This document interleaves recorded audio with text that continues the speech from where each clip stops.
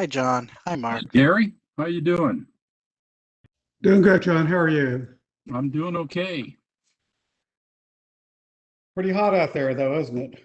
It is, and we were working in our garden today. We have a community garden patch, so Wow. I feel the heat and the old bones.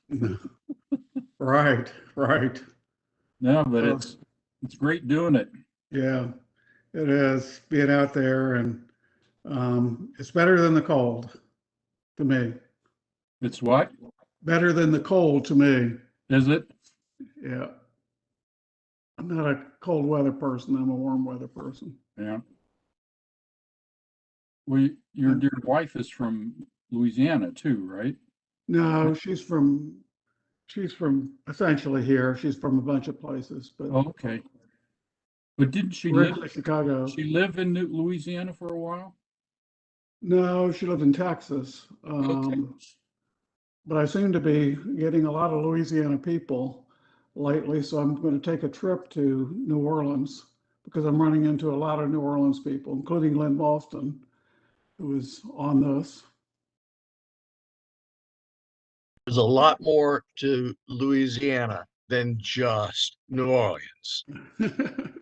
I had a Sure. daughter at Baton Rouge for 6 years, and also have a couple nephews with Louisiana Northwestern on the western side of the state. Wow. I forgot where you're from originally, Mark. I'm from Virginia, and Hey, so am some I. people who say where I'm from, people have to say something else about this area. I'm from Roanoke. Oh, are you really? Oh, Yes. Did you go to Tech? I've forgotten. I think you said, but No, my grandfather, my father, my brother, oh, that's right. my son, but I did not. I went to a small school in North Carolina called Davidson College. Oh, wow. That's a nice school. yeah. Very nice. And And a what's couple of bigger schools since. right. Well, Davidson is such a kind of a unique place, and it's close to a big city, or part of a big city, I guess. So, Oh, about 26 miles from the center of Charlotte, along Lake Norman. There are a couple of other unique characteristics to that place. it's very nice.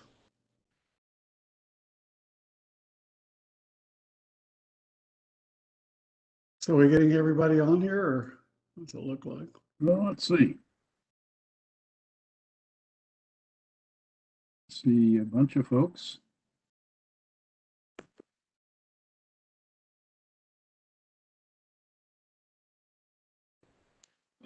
Pardon me. Bless you. Thank you. Hello, Lynn. We were just talking about you in New Orleans. Really? I'm back. She was just down there for Mother's Day. Yep.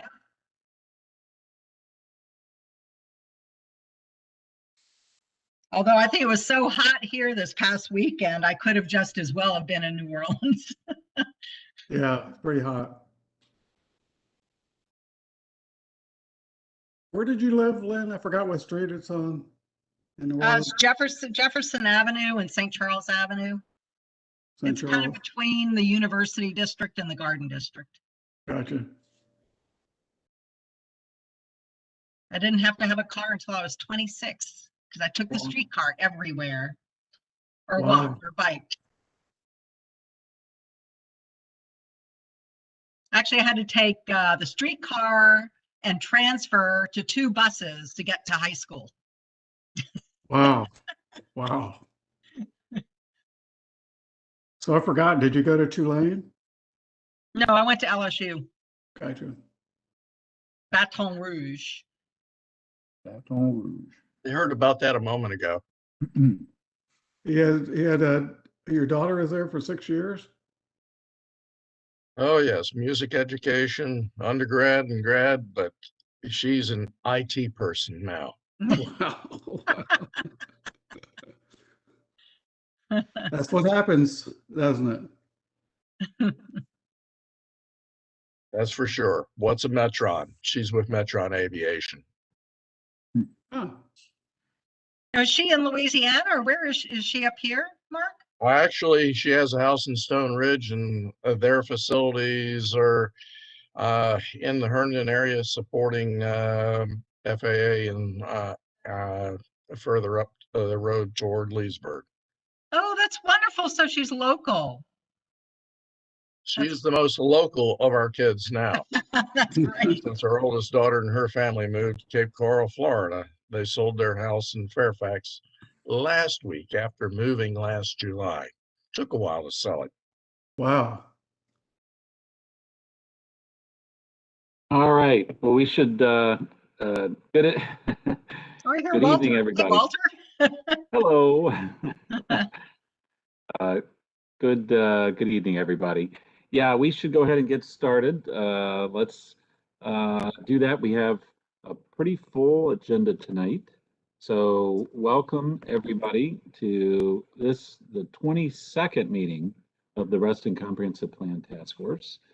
So the first items we have on the agenda, we have several updates. And let's just start energy and environment. Bill or Tammy, do you want to give us an update on that? I don't know if Tammy's on. In any event, we have a draft. There are some recent suggestions for it, and we'll hopefully have something to Jose midweek. Okay, sounds good. Looking forward to that, Bill. Thank you and Tammy for working on that. Next, we have equity and public health. Michelle, do you have an update for us on that? Or, oh, I don't see Michelle actually here. Jose, who do we have an update? Person to give an update on equity and public health today? I don't see anyone from the group yet, but I know Michelle that will probably be on if you give her a few minutes. we could circle back and Yeah, maybe, thanks. Okay, maybe we started too soon because now I'm looking at heritage resources. Is Chris on? Don't see. Ah, there we go. Good timing. Mr. Daniel. Welcome.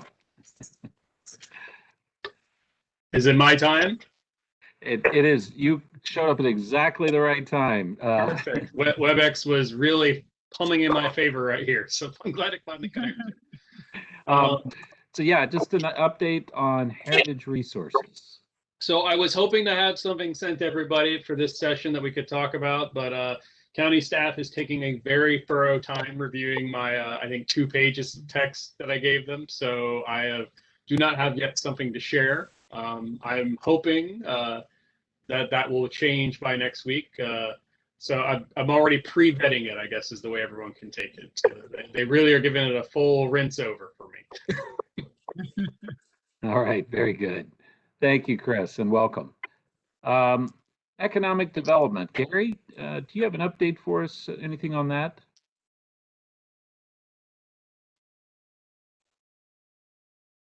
Gary, I think you're muted. Sorry about that. Oh, no problem. Yes, I'm working on that. I've talked to some people. I've got the material from the county, including from the policy plan and what other plans have in them.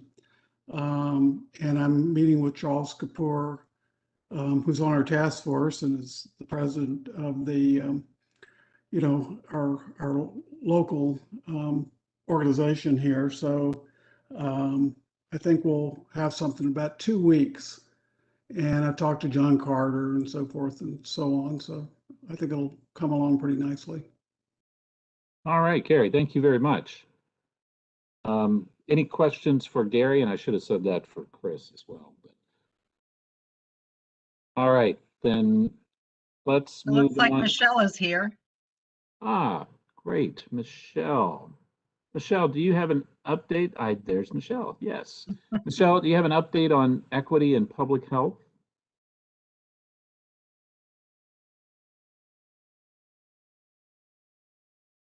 Michelle, I think you're still muted if you're talking. Let's see. Michelle, let's see if we see her. She may not be fully on yet. All right, let's come back to Michelle. Jose, do we have an update on housing? Yeah, I think St. Clair from staff should be able to provide an update on that. Okay. St. Clair, do Yes, you have? yes, Tell good us night. about So, that. yes, our affordable housing team, they are working on compiling information to come back to the task force. We have a meeting scheduled this week to kind of go over everything, make sure they're ready to come back. So hopefully by the end of this week, I'll be able to give Jose a date of when the team will be ready to come back and talk about, you know, the WD ordinance for Reston. Okay, very good. Any questions for St. Clair on housing?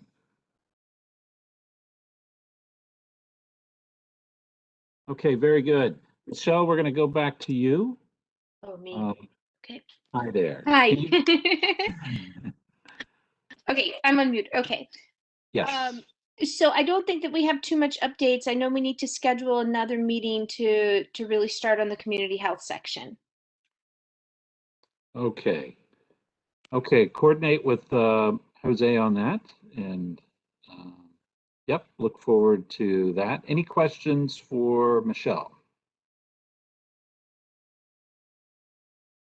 Okay, then let's go on to 2B in the agenda. We did not list, but as everybody knows, we have we're going just about every week. I believe there's 1 week where we don't have a meeting, and that that may end up being a subgroup meeting or two that night. But anyway, thanks again to everybody for your patience and persistence as we work through the home stretch here. I do have the last item here, in-person meetings. So that was a question raised by at least one task force member, and we haven't talked about this for a long time, but I did want to at least throw the possibility out there and get feedback from task force members on whether we should attempt to set up some sort of in-person, maybe a hybrid, where we would have at least a webcam and maybe microphone. How are folks feeling about this process? Doing this? I can tell you right now that I prefer having it on WebEx. Okay. Just because I can hear everybody really clearly, and I can really see what they're saying, and I think it's a great way to show when you're showing charts and that sort of thing. You can see them closer when you're showing them on the screen. I would, if we cannot have a full continue with WebEx, then I would agree to a hybrid where we have the option of a WebEx. But isn't it nice that we don't have to get in the car, use the gas, and go somewhere, that we can just continue with our tasks? When the time comes, we just hop on and we do it and then get back to whatever else, another meeting perhaps, that we need to do. So I'm really, really in favor of WebEx. Thank you. All right, Jan, thank you. Other thoughts? Anyone else? I think the hybrid model, Walter, sounds like something that that we could consider. I think that where people are all vaccinated and have that 2-week period after the second vaccine, if folks are vaccinated and want to get together in person for these meetings, then I think that option should be made available. I agree with Lynn on the fact of a hybrid option being, I think, the most reasonable approach. I mean, I will acknowledge me and my wife are both vaccinated, and we were at the Reston pool yesterday, and it was very nice to be outside and amongst people with certain requirements in place. And I think any type of meeting, as long as we managed it in the right way, I think it'd be nice to see you all actually physically, because I don't think I've ever actually met many of the task force members except for digitally. Yeah, I also weigh in on the hybrid model. I think meeting in person, even if it's not all of us at once, is more efficient. I think we'll move faster, if for nothing else. Not to have to tell people to unmute will save us half an hour at every meeting. So I would fully be in favor, and it would be good to get people together. I think we gives you an opportunity to pull off to the side and have a side discussion, or if there's something that's unclear, that you can rectify. So I'd be happy with the hybrid. All right, thanks, Dennis. Michelle, I see you have your hand up. Yeah, I do. This if there's some positive light for COVID, it is that it's allowed. I know a few parents on this meeting to participate, probably more than we would be able to. And so, to the extent that we can, still keep up the WebEx and not just have some form of a YouTube or something where we're just watching, as long as it's fully interactive, and that the people who are online aren't cut out, then I think that would be okay. Okay, thank you, Michelle. I see Tammy and also Gary and John Mooney. Tammy? My view is, where are we meeting? Is it your office meeting room? Well, what we thought about doing, and Jose, I don't know if we have any more information on the technical capability, but we thought about using the Lake Ann Community Center RCC facility there in the big room. And the biggest challenge might be, because we could put a screen in there that we could see everybody's participating remotely. The biggest challenge is sound and microphone. So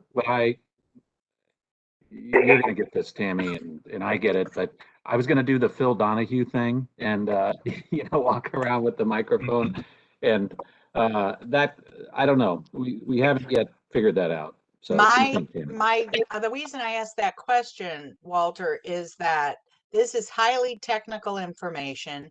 It's very important. And you, as Jan said, you really do have to listen carefully and see the exhibits. So while it would be nice to be social and be together, perhaps that could wait to a later meeting when we're further down the road. But with our work schedule, meeting every week, people are super busy just trying to keep up with this, let alone working and doing, their families and their other jobs. So I would highly recommend sticking with WebEx until we are further down the road and we know what we're doing. All right. Okay. Thank you, Tammy. Gary has his hand up. Yeah, I would agree with Dennis. I think it is beneficial to get together. The communication enhancement is, to me, major. Doing it, in conjunction with WebEx is probably the only way to reasonably go, given the comments here. So if it's possible, I would suggest that if it can be technically done well, I think that's a better way to go. Getting us together, not just for socialization, but communication, to me, is better. Okay, thank you, Gary. Mr. Mooney, John Mooney. John, you have your hand up. Do you want to unmute? Hi, Walter and everybody. I agree with Tammy, actually. I too long for an in-person meeting. I think I would hate to begin wrap-up of this without that.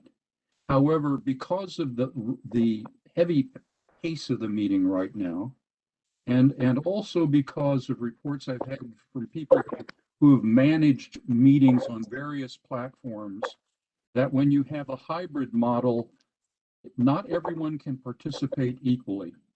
There is really a differential in ability of those attending virtually and those attending in person to hear each other and to make contributions. So I understand and share the longing to get together and press flesh, but I think we're having so many meetings, and the technical difficulties make me recommend that we stay virtual for now. Thank you. Okay, thank you, John. And Jan, I see you have your hand up as well. Again. Yeah, that's me. That's valid. I just want to point out that you cannot ask anyone if they've been vaccinated. That apparently is a no-no. So there may be people in our group that don't believe in it, or haven't been vaccinated, or don't want to be vaccinated for whatever reason, and you can't tell who they are. So I'm wary of in-person meetings if we're close together. And I do prefer the hybrid if we have to go that way. But I would like it virtual. If you want to know what I would really like, it would be to continue the virtual. I'll get to meet everybody some other time. Okay, thank you, Jan. And I see David Vanell has his hand up as well. Thank you, Walter.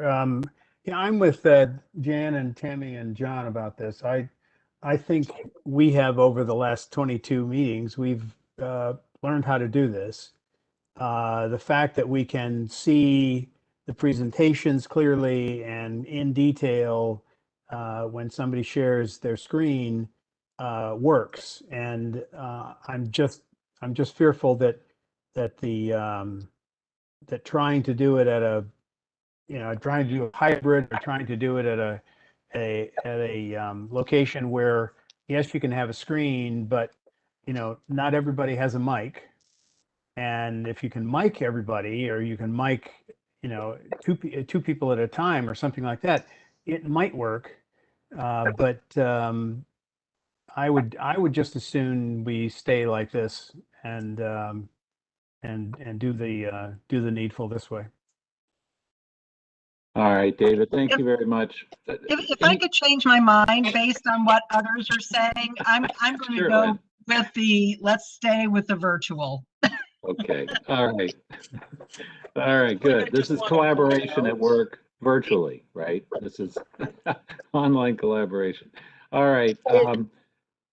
Any final thoughts on this before? I really think it should be pointed out that just as many examples for why digital it removes barriers, digital also creates barriers for folks that aren't tech savvy. So be careful how you wield that sword, because it is proven that there is a divide. This is not me advocating for in-person meeting necessarily, and just saying be careful to make it your tool, because it can become a crux for isolating those who don't have access. It's just an important thing to keep in mind. It's something that, as the ARB I'm on, we're going to have to tackle soon too with our membership. But I'm, again, going to indicate flexibility throughout.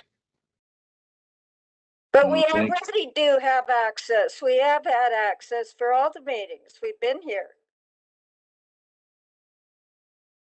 Yeah, very good. Very good discussion on this.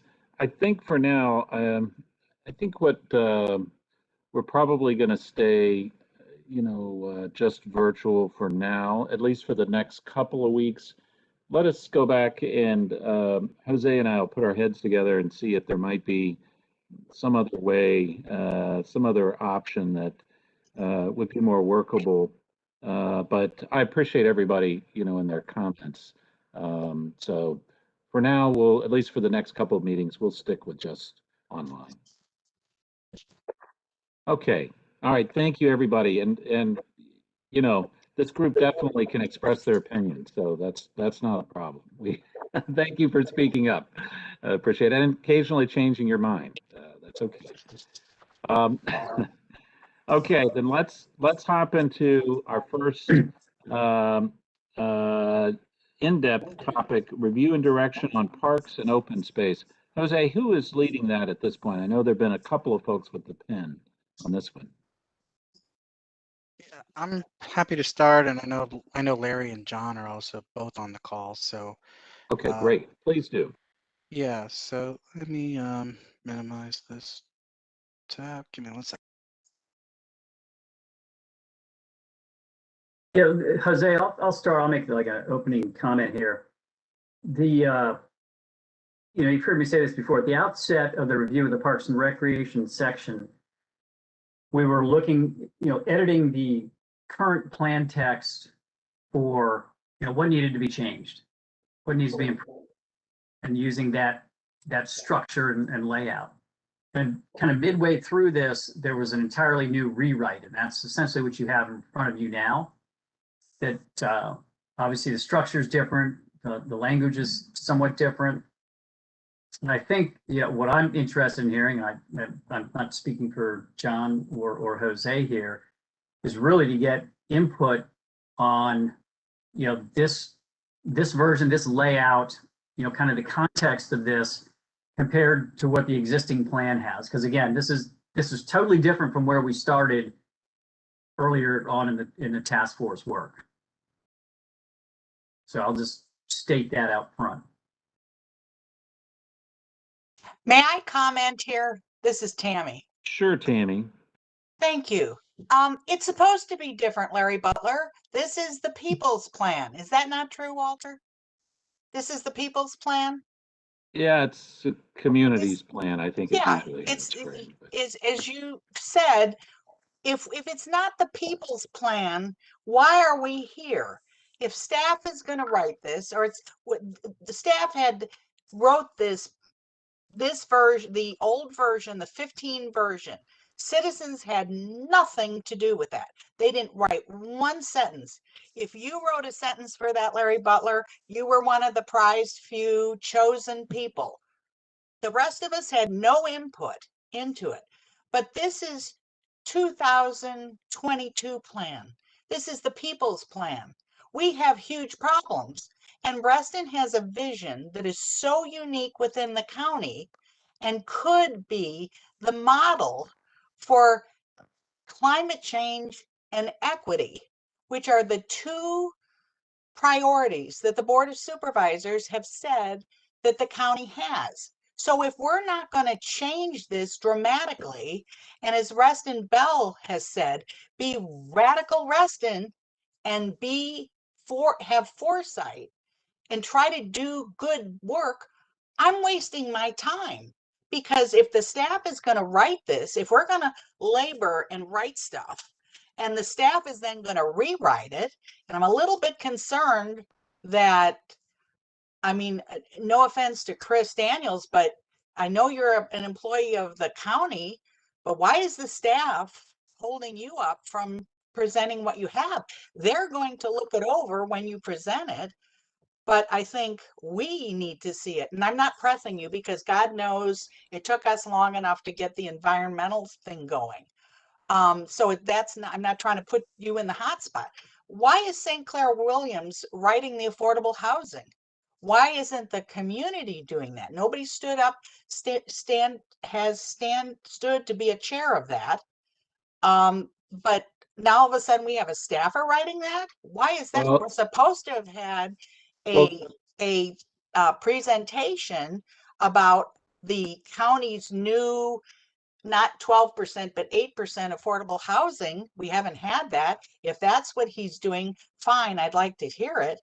But our ideas for how we save affordable housing, I hope that Sinclair isn't going to write it and then we are not going to have any input. Because if that's the case, we're all wasting our time. And Walter, you can speak and say, hey, staff is going to have the final thing on this. And then we can decide whether or not we're going to.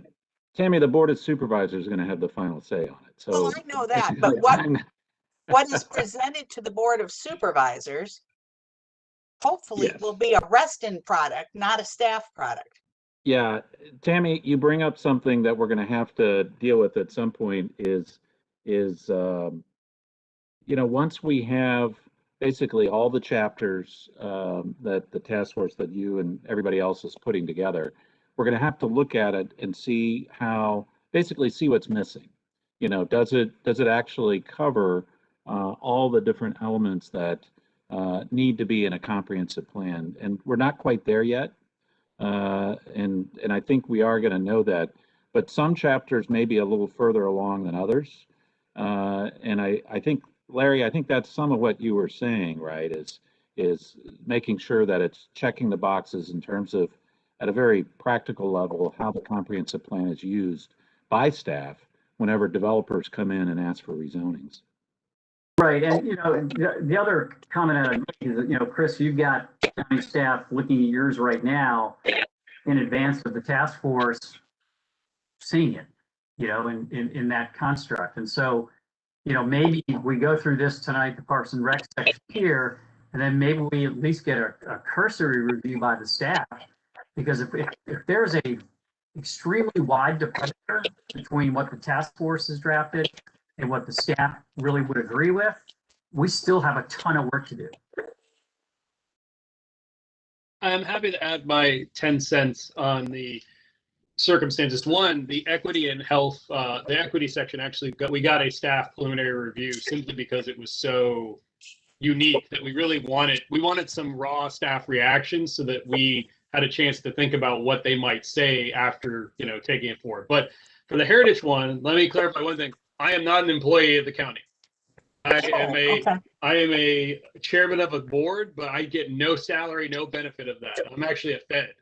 I work for another federal agency. Good to know. The heritage section, I just happen to be really close with the heritage staff because they work with me at the ARB, and I asked for their opinion. It ended up blooming into a review that I did not anticipate. So I don't think they're holding me hostage. I think they're just overworked staff is what happened there. But okay. Don't worry, I will be as radical as Reston when it comes to this section. I just wanted to know what they're going to object to first going in.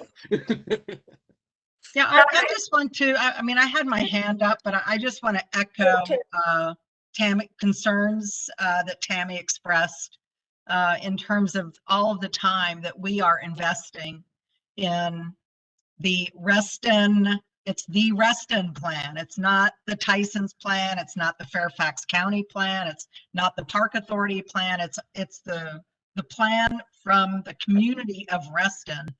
And I just think that it is incumbent upon all of us to respect the considerations that everyone brings to the table, and that's why you have this diverse task force, Walter. Why are we all here if the staff is going to just take over and write the end result? Yeah, and Lynn and Tammy, that's not my intent. I wasn't elected by staff. I was elected by the residents of the Hunter Mill district. So and we're not anti-staff, but this is our chance to put our mark on this. And that's right. If speaking to Parks and Rec, forget Bill Bowie and forget Lila and forget anybody else from staff. This is our voice that should be loud and proud. They're employees of us. So we pay their salaries. I think Bill actually is not an employee. He's like Chris. Lila is. So, good point on that. But I think we're at a point where once we have language that's out there, we are going to need to get input, not just from staff, but frankly, from a lot of different folks to make sure that it covers what needs to be covered in a comprehensive plan, and that's my primary concern. The last thing I would want to see happen is to go through this whole process, we get new comp plan language, and basically we leave things out. We step backwards, on various things that are important to the community. So we need to go through this review step, and it is going to be iterative. And like I said, I think there's some sections that may be a little further than others, but let's talk about the substance. Tammy, whatever you see in here that you don't like, go ahead and let us know. And let's to talk about question before you jump in. I do have just a question. Please, Michelle. Sorry, I see other hands up too. Yeah, just because this is the first comprehensive plan task force I've been on. Just though on the process, the finished products that we have, will staff then go in and edit that version If it's comprehensive plan ready, then staff may propose their own version or their own edits to it. But that's ultimately up to me and the Board of Supervisors, what gets selected and what gets adopted, if anything. I mean, we're, we have a comprehensive plan right now in Reston. And the point is, at least my point, and I think everybody's been putting all the time into this, is we need to update.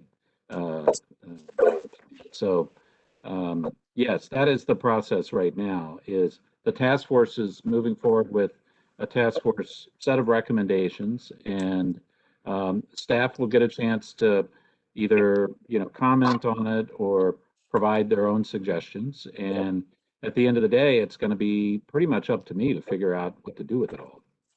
Okay, but their commenting would come after our finished product. I mean, I recognize they've also commented during. I mean, Yeah. I didn't know they were going to be working with this on the public health one, but so that was a little different. But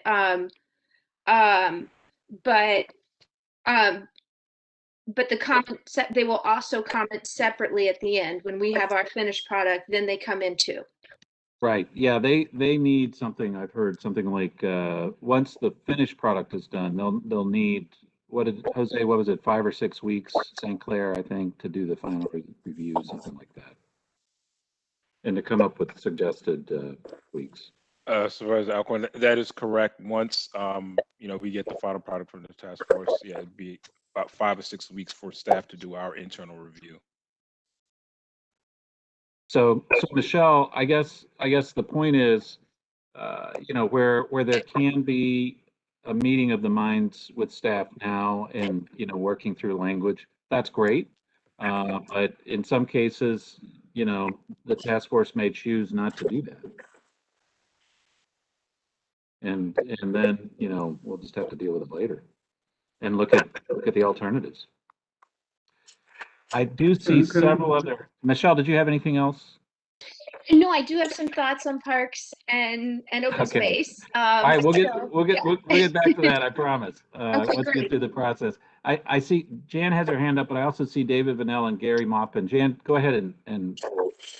Okay, thank you very much. I sent out very, very late, around 6, a marked up version of this, and probably nobody got it or read it, but Jan, I have it on screen. It's this version. So I've got in the first, the introduction on the first page, and then we have the bullet marks, and then we go into several public, quasi-public, nonprofit, and private organizations currently provide parks, open spaces, recreation areas, cultural facilities, and amenities for Reston. These organizations include the Reston Association, Reston Town Center, Reston Community Center. I would like to insert the Southgate Community Center right here. And then you go into the schools, Fairfax County School, Northern Virginia Park Authority, the Fairfax County Park Authority, and the YMCA.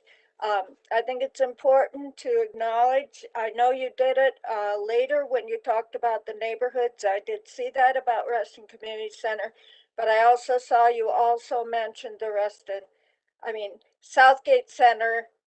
You mentioned both Reston Community Center and the Southgate Center later on when you were talking about neighborhoods, but you did not mention the Southgate Community Center here, and I think it's appropriate to put it here.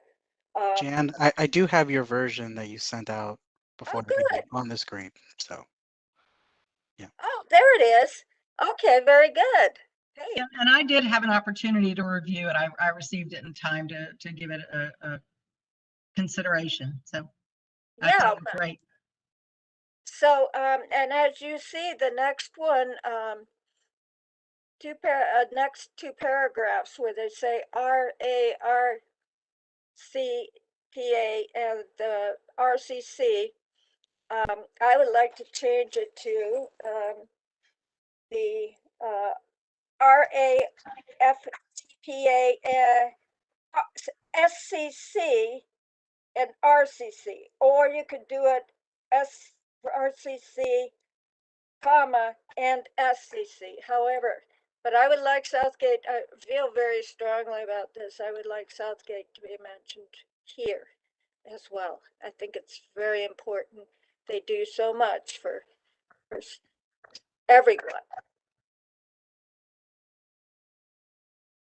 I mean, For everybody. Supervisor Alcorn, I also want to give you kudos for getting the Board of Supervisors to rename the Southgate Community Center, the Catherine Hudgens Southgate Community Center. Thank you, sir. Well, thank you, and thank you, Jan. And Still got more. I'm sorry. Yep, go ahead. Okay, on page 3, I would like to add with the recreation center when they're talking about public indoor facilities. I would like to add large scale facility will include competitive swimming pool and other recreational features. There's no place in Reston we have a full basketball court indoors. And if we're talking about a large recreation center, I think it would be important. I know the schools have them, but wouldn't it be important to have a place where people could just go and not have to worry about getting permission from the schools and that sort of thing? So I would like to insert full indoor basketball court in that spot. And then moving down, I would like to, on page 4, we were talking about the Wheelie Town Hall, and I'm not sure what we meant by that. Was that Wheelie Town Hall the distillery? Was it the old Bowman House? Can it be both? I'm hoping it can be both, but I would like that to be spelled out a little better.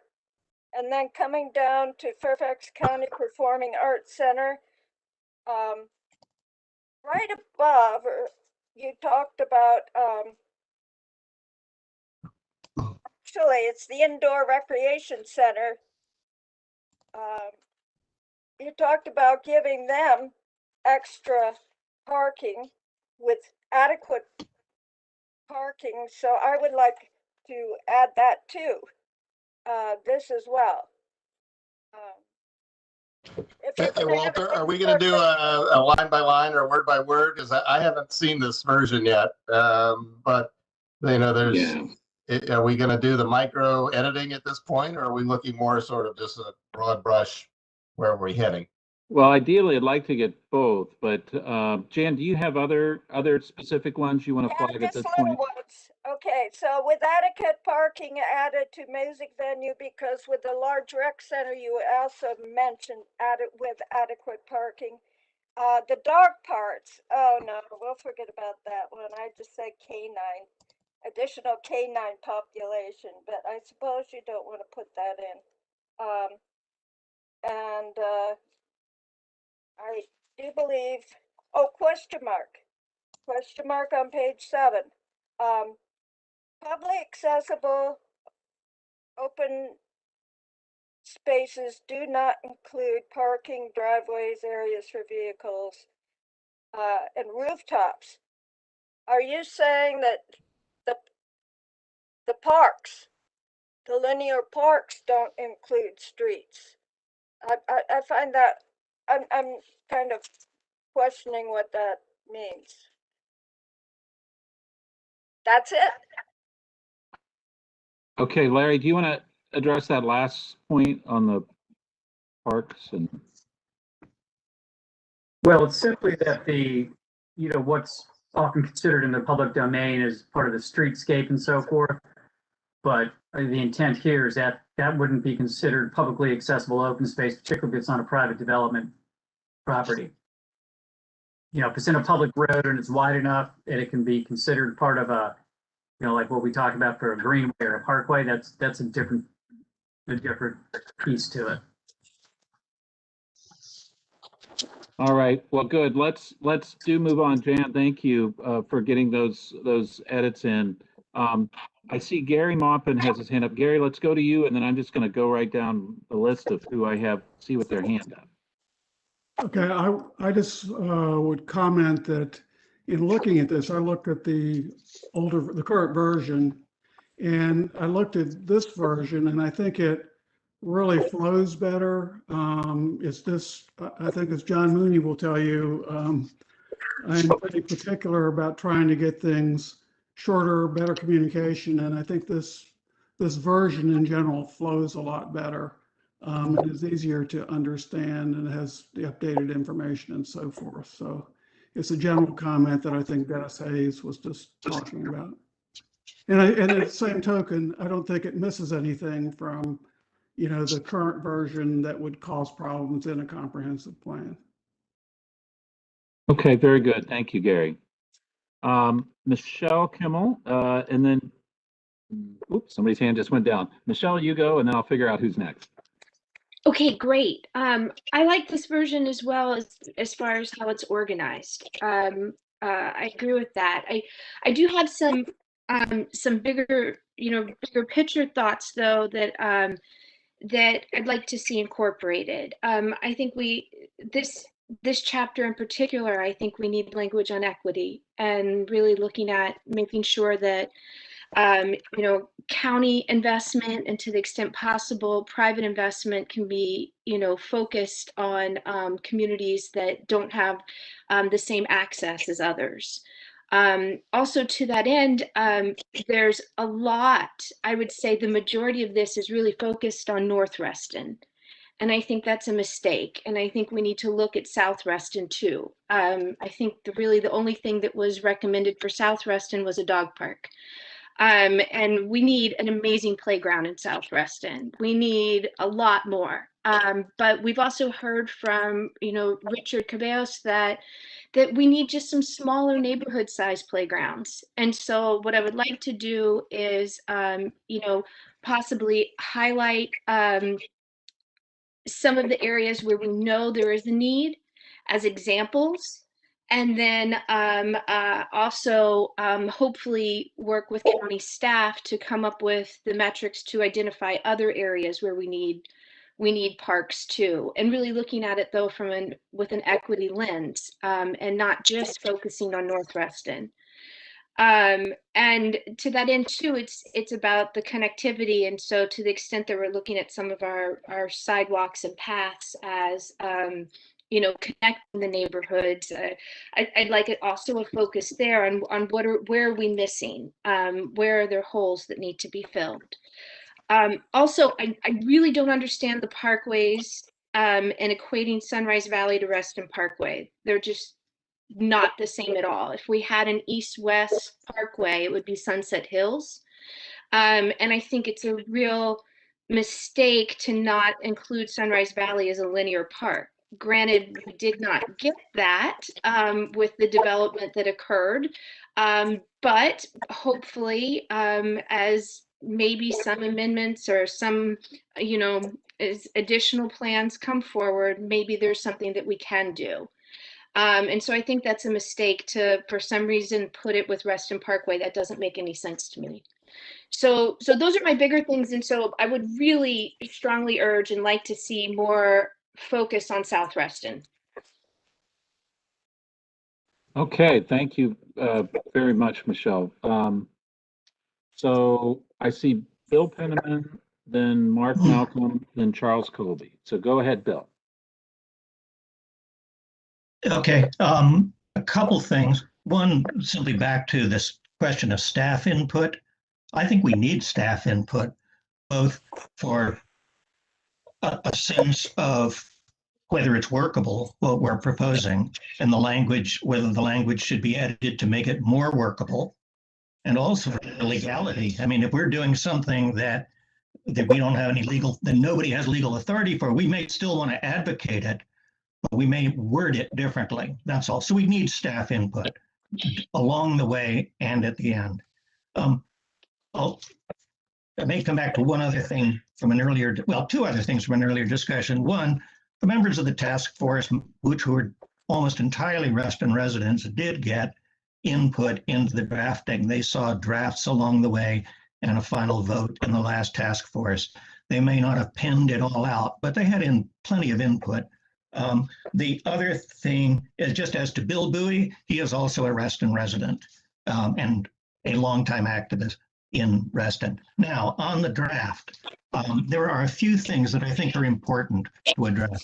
I'm fine with sort of the basic approach, and I have a number of specific suggestions.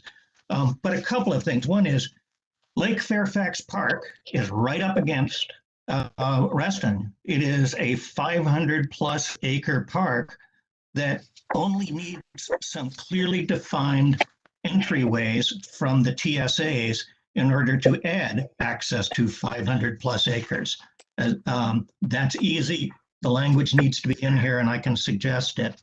The golf courses are listed in the category of new parks and open spaces. They're not new, but more importantly, I think it's important that we define those as open spaces, not define them as golf courses. And I say that not with, I would preserve 100% of the space, but define it as open spaces. Golf courses, I'm a former golfer. I would still be playing, but for arthritis. I love it. However, in terms of equity, in terms of accessibility, in terms of meeting the needs that people keep identifying that need space, additional ball fields, additionally, there isn't much land available.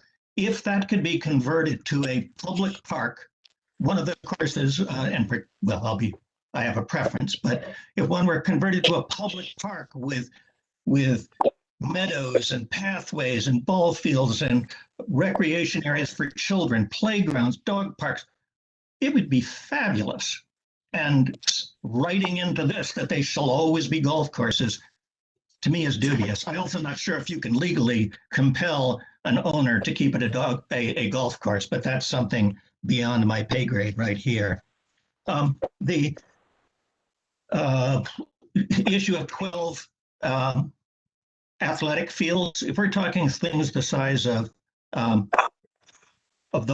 football field or a soccer field, it'd be great if we could find the land, but it isn't in the TSAs. And the TSAs have an extraordinary array of athletic opportunities, apart from what is built into their buildings. But they have 370 acres of golf courses right next to them. They have the 44-mile bikeway and hiking way. They have access, will have access to Lake Fairfax Park. They've got any number of fields that they can use. They may not be within 5 or 10 minutes, but then again, I don't live within 5 or 10 minutes of any major recreation field, athletic field. And I think it's unreasonable to try and wedge that in to the plan. The other thing is public plazas. It doesn't specifically say, and it must specifically say that we need them in the TSAs, not just in the village centers. And lastly, we should definitely have a reference to the public art Reston as factoring into how we use the open spaces and other spaces we're trying to develop. Those are my comments, and I'm happy to send to Larry and John Carter, whoever, additional, more specific comments, but those are sort of my broad observations at this stage. Thank you. All right, thank you, Bill. Let's go to Mark Malcolm, then Charles Colby. Thank you. I'm very glad to follow Michelle and Bill because they had many of the points that I also wanted to address. There is one thing that I find also, and having worked with the transportation and what I see here, smaller open spaces, we have missed one big group. And that is what you have in making Reston very walkable, very mobile, are walkways and cycle tracks beside major roads. What pointed out to me and made that very obvious is at the end of the well-prepared table, the section that deals with opening statements regarding Reston Parkway and Sunrise Valley Drive. Sunrise Valley Drive doesn't really have wide medians, doesn't really have significant green areas, especially for that which is west of Fairfax County Parkway. It is a very important east-west access road south of the Dulles Toll Road, and Michelle presented a lot of missing things on the south side of Reston. Smaller open spaces do need and should be inclusive of the walkways and cycle tracks on the major road, east-west corridor roads, if at all possible.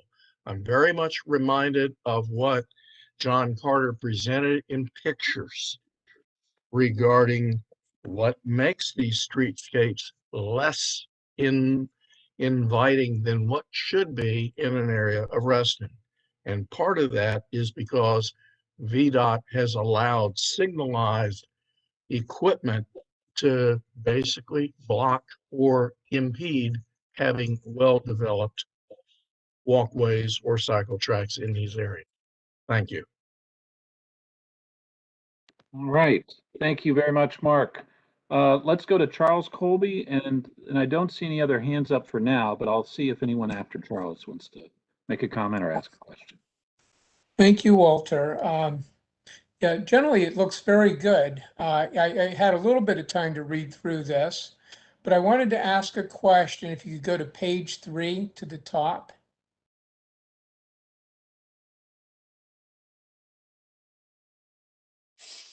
There you go. It's under the golf courses. And the question I have is, in reading this, I've been reading every version of this plan because I'm very interested in it. And the second sentence here is the golf courses should be incorporated into conservation/open space easements for the preservation as open space in Reston. And correct me if I'm wrong, it seems like this popped in like in the last month or so. Like I didn't see it in some of the earlier versions, and it wasn't in the original plan. But it looks like it's a new addition, and I wanted to know more about this. You know, and maybe Larry or someone could answer, like, what's the origin of it, and what is it about? I would suggest John Carter. I don't know the origin of that particular sentence. So John had suggested this wording. I don't know. I'm asking if John knows the source. This is about. I'm sure it came from many sources.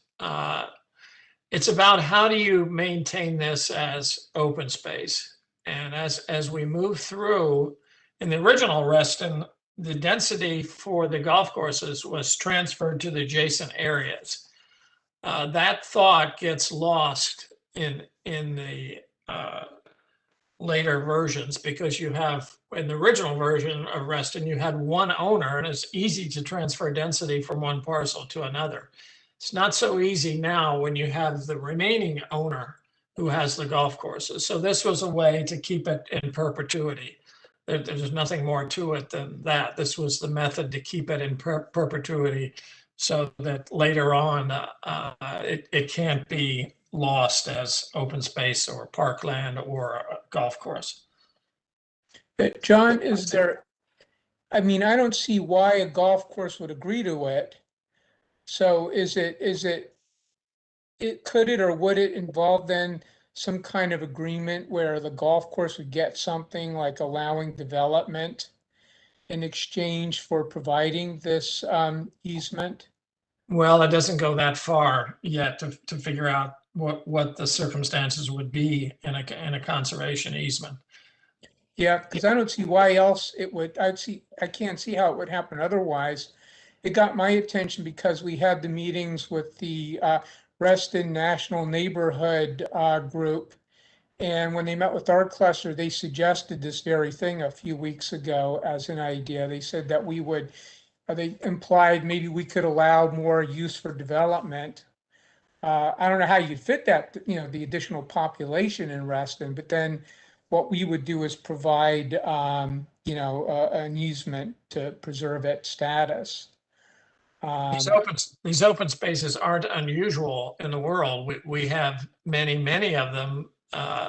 Well, examples in Fairfax County would be the agricultural easements that people put their land in easements for agriculture. That's one example. There's examples of them along the Potomac or environmentally sensitive areas where these go into conservation easements. And I think in those cases, they get like a tax break, so There's there's an possibility of that. incentive for them to do it. And then the other thing is how strong are, I mean, are these easements, and maybe that's a broader, like an expert question, how practical or lasting are they? Like, could there be an easement, but then further down the line, the easement, you know, so there's a way of challenging its legality and, you know, I'm worried about a piece of the golf course disappears because we get this easement, but then later on, that easement disappears. The way that's usually handled is the easements, who it belongs to the easement. So in this case, it could be an easement with Fairfax County would actually have a part of the easement. So there's a way to structure it to make it pretty rock solid. Got it. Okay. And I'm not taking a position, yay or nay on this. I just wanted to ask about it because, as I said, it popped in the last version. So I was curious about it. And there are some golf courses that are set into a conservation easement trust in perpetuity. But you're right, many of those are member owned, and it's the goodwill of the members that own that course that make the decision that this is what we want to do. Okay. I think it's important to keep the golf courses, and if you can write it in where it's rock solid, I'm all favor of it. I don't think there are golf courses in Herndon. I'm not sure about Vienna. I don't think there are any in Vienna either. So I think Actually, we're rather unique. Actually, Jan, there is one in Herndon and in Vienna, actually, but Oh, bummer. but that's okay. That's all right. Let's go. I see Dennis Hayes has his, thank you very much, Charles. I see Dennis has his hand up and Tammy. And then we also have an attendee with his hand up. We'll call on him in a minute too. Dennis, go right ahead. At least you meant to have your hand up, Dennis. Go ahead.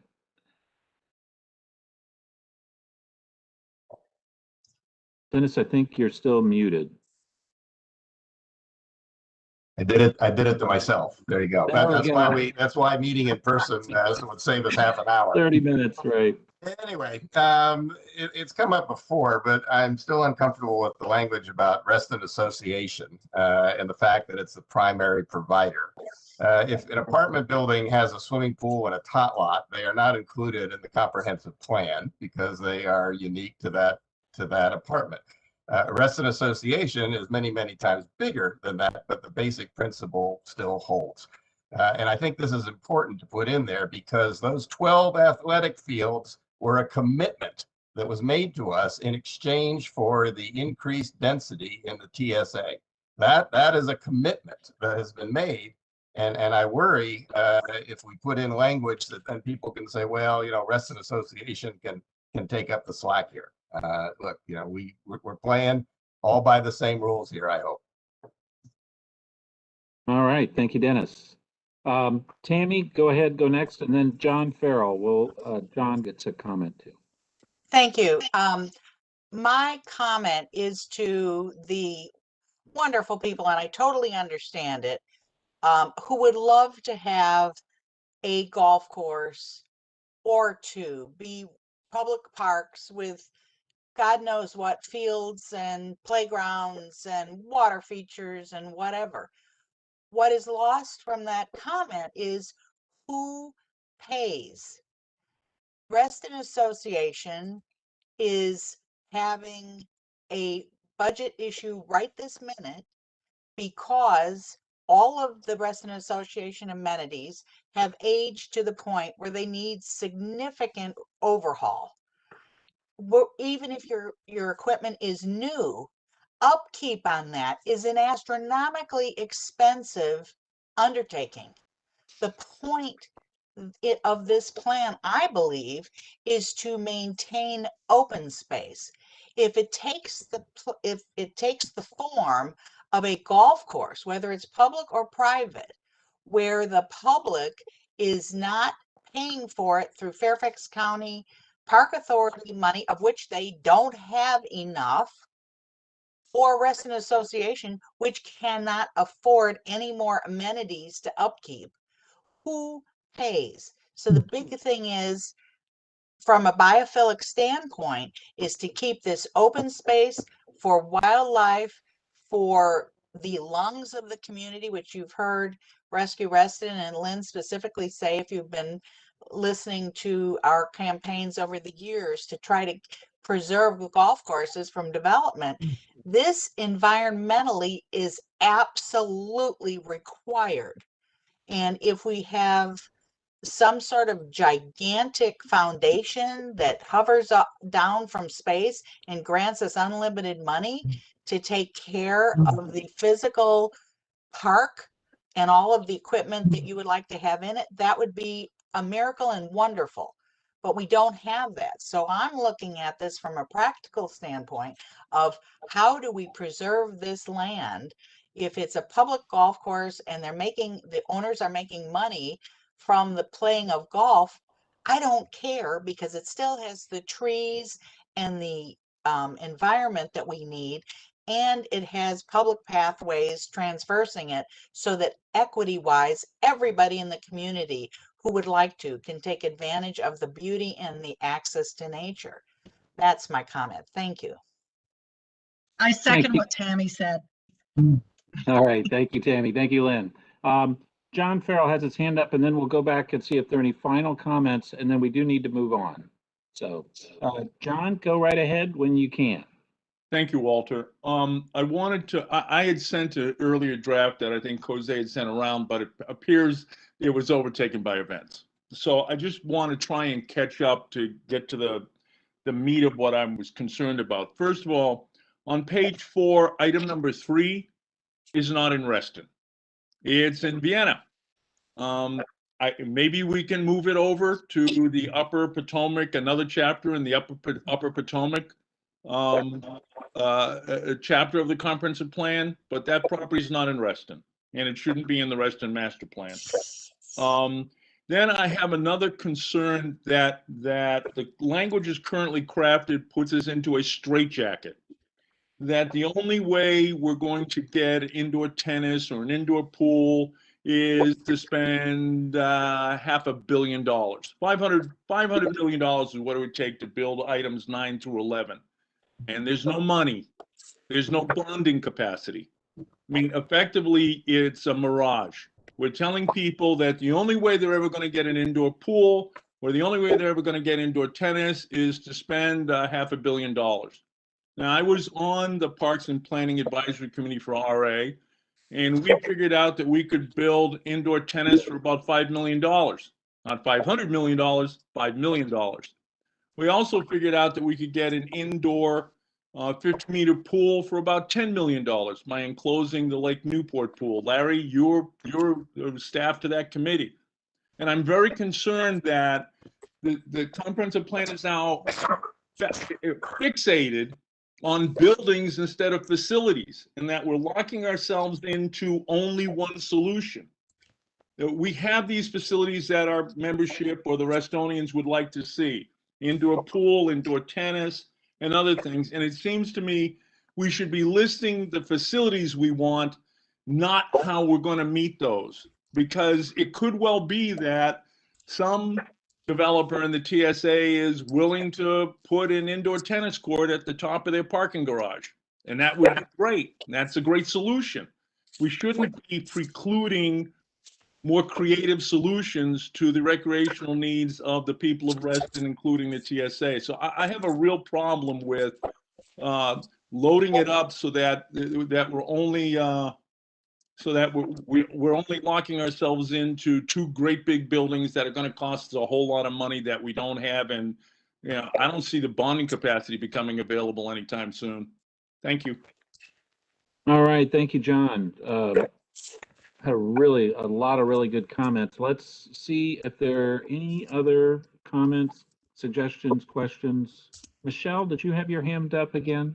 I did. Yes, I did. I'm sorry, but I did have just one thing that I'd like to see removed, and then two thoughts. So forgive me. It's on page 5, number 14.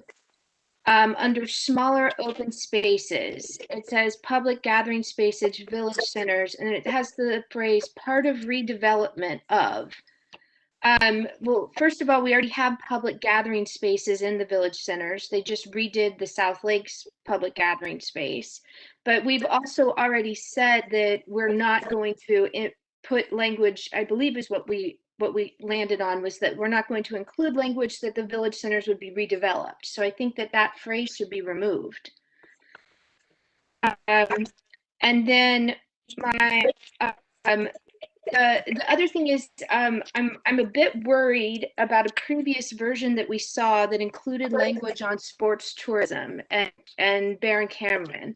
And so I'd like some clarification on where that language came from. Did it come from the community, or is that, you know, more staff driven?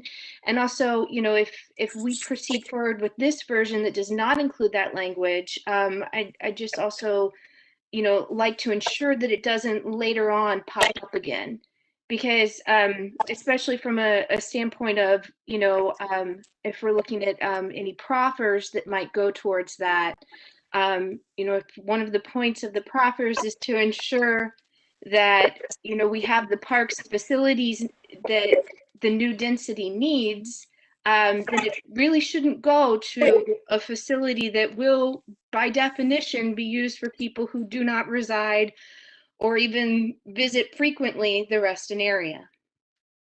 And then my other thing too is this is one that I believe really strongly in, is better connecting South Reston to the WNOD. And so to the extent that we can look at that, I would like that as well.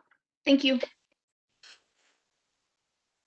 Thank you, Michelle. And I'm sorry, I think it took me a while to get back to you after the conversation went around. But perhaps maybe, I mean, maybe people on the call tonight know. I would like some more insight into this sports tourism and assurance that it's not going to pop up again later. Well, Michelle, are you referring to Baron Cameron Park in particular? Yes, I am. Because that actually that's been master planned by, which is a totally separate process, by the Park Authority.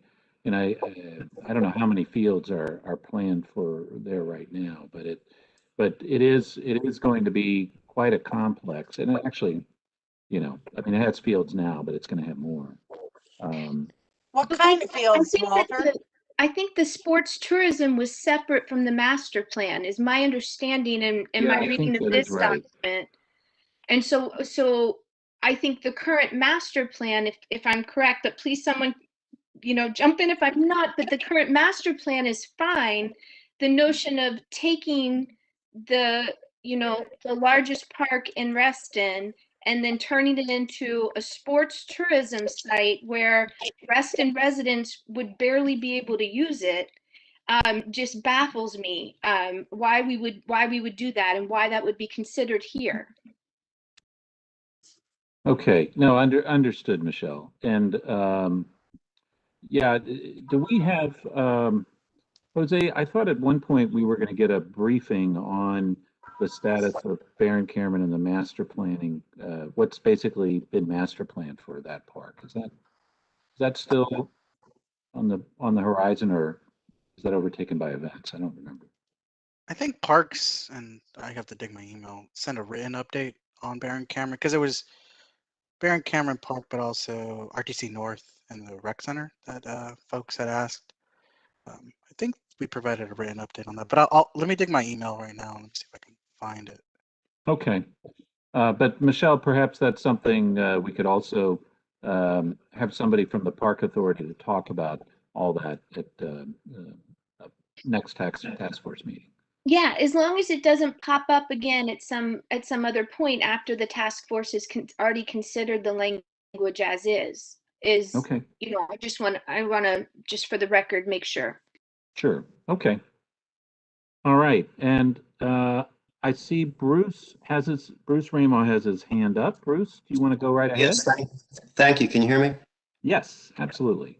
Yeah, I wanted to revisit this macro view of how the plan will work, and the phrase that was used resonated with me about things popping up, the notion of where do we put the input of the staff, what is the community's positions, and then ultimately, it is your decision and it is the board's decision. But I think what we suffer from, and I heard it tonight, and we still suffer from it, are different views about who did what, when, what did the community say in the past.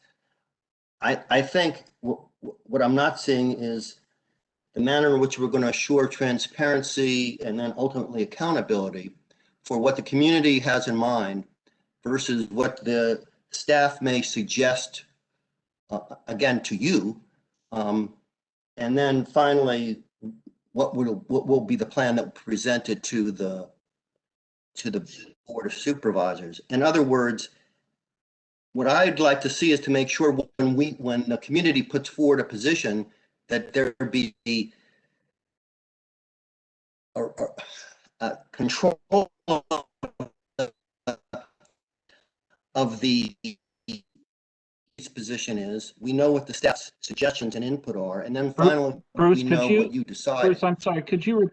Bruce, could you repeat just the last 10 seconds? On my computer, at least, it faded out. I'm sorry. What I was suggesting is that we need to have a clearer, transparent record of what the community's input is,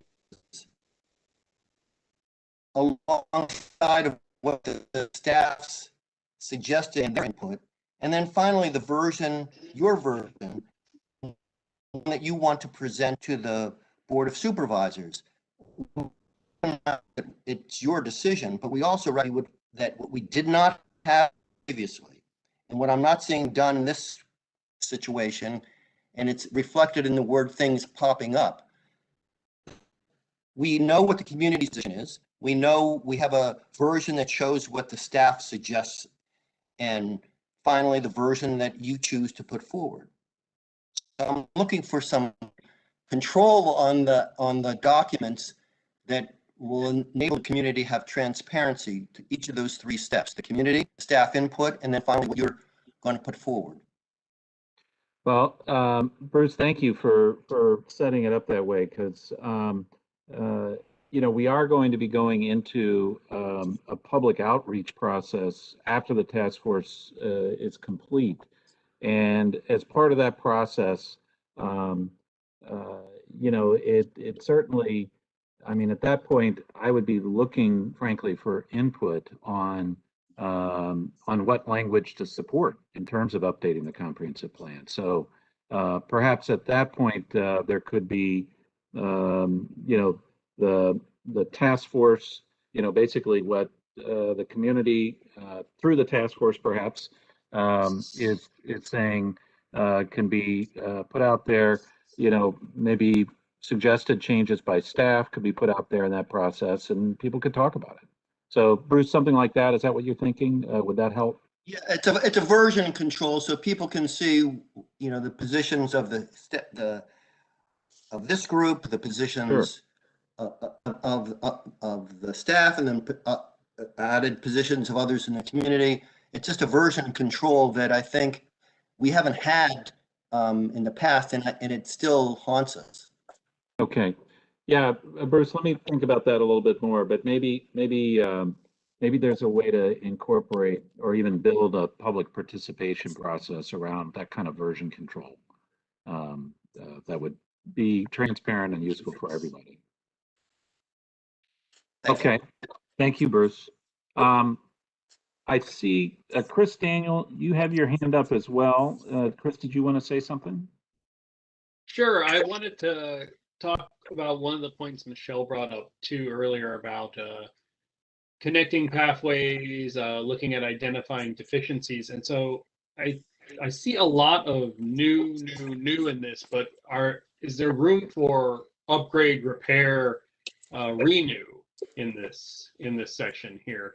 I think of like South Lakes Drive Park that has several empty sections in its playground area that are now empty. I think of the several slopes on it that are definitely not accessibility really friendly. And I think of other areas across South Reston and I'm sure in North Reston that, you know, perhaps we need to identify those areas, particularly I'm thinking publicly, where the county could prioritize improvements. Because I also think there's something to take with the comment of some of these are big ticket items, and sometimes we find that in the end, there's not a lot of money for big ticket items, but the plan identifies a lot of other things we can improve what we have.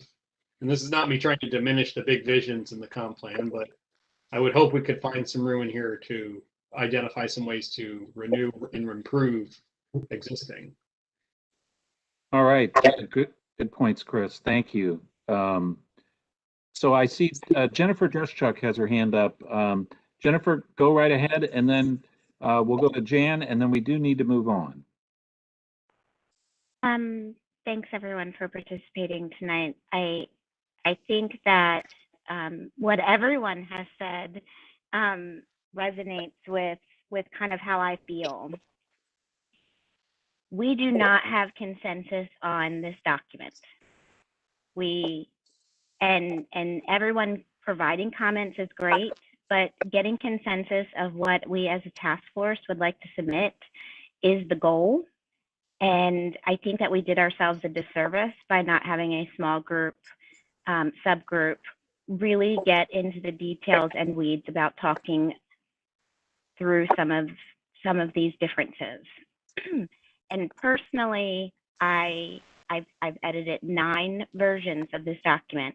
And what continues to happen is I provide edits, they come back, someone takes them out, I provide re-edits, they come back, someone takes them out, and we are going to continue down this road of this process and not have a final document. So I still really strongly suggest that we have a small group take this version and really talk out the issues that this task force continues to debate on, which are things like, do RCC and RA and FCPA and Southgate Community Center, do they belong in here?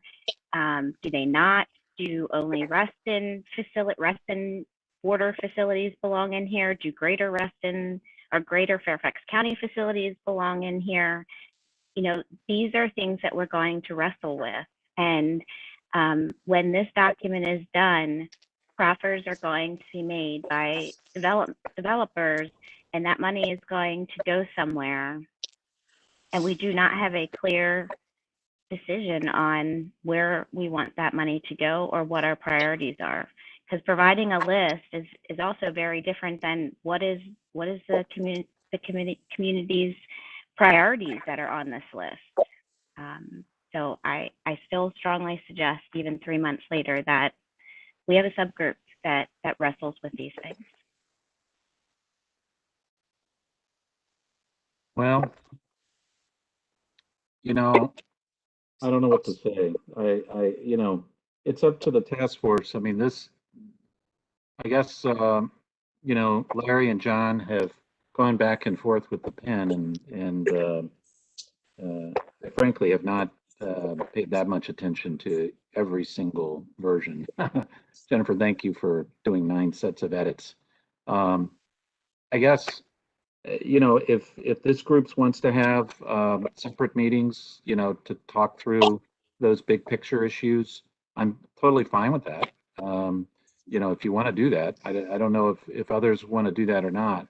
But it is important to note, you know, the function of the comprehensive plan, you know, is basically to guide, you know, new development, to guide preservation of certain environmental features of a community, and also to guide the investment of county resources in public facilities. So So with that in mind, I mean, if others have ideas, should this go to a separate group to be scheduled? Anybody have any thoughts?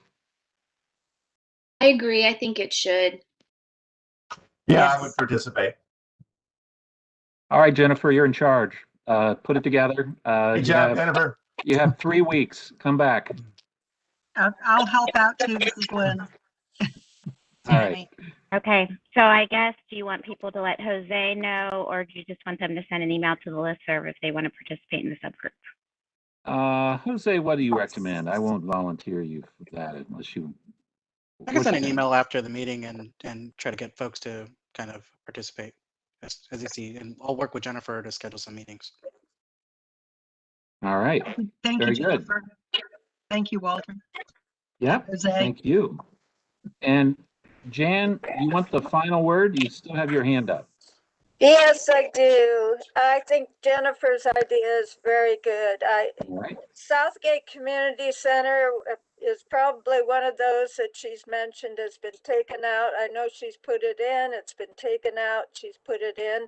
I would like to see the final draft with it in. I don't know why it's been taken out. It is contributes so much. And I like the idea of what Bruce said. So I agree with Bruce. And thank you both so much. And Jennifer, I would be interested, but it really depends on when you're holding the meetings. Thank you. All right. Very good. Well, thank you all. That was a very good discussion. There's a lot in play around this chapter, and Jennifer, do touch base with Jose and can coordinate the logistics of getting that group together. All right. So next on the agenda, we do have something else that actually is very important for getting to. We have Commissioner Carter continuing to work through land use issues in the TSA and transition areas. John, we got to you a little bit later tonight, but take it away. Let's see what you can do. Okay, how do I share my screen here? Oh, here it is. Can you, Jose, can you let me share my screen? Should be able to now, John. There it is.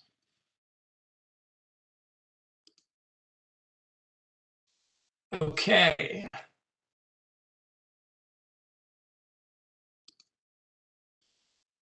So we've done quite a bit so far. We've done the convenience centers. We removed the lake house from the convenience centers and we retained the others at the same density. The village centers, we provided for new housing in the commercial area only. And thus we're preserving the surrounding housing, including the affordable housing that's in those surrounding developments. Other commercial, we removed the housing from Home Depot, and Bowman Green would be retaining commercial, preserving the commercial density that they have now.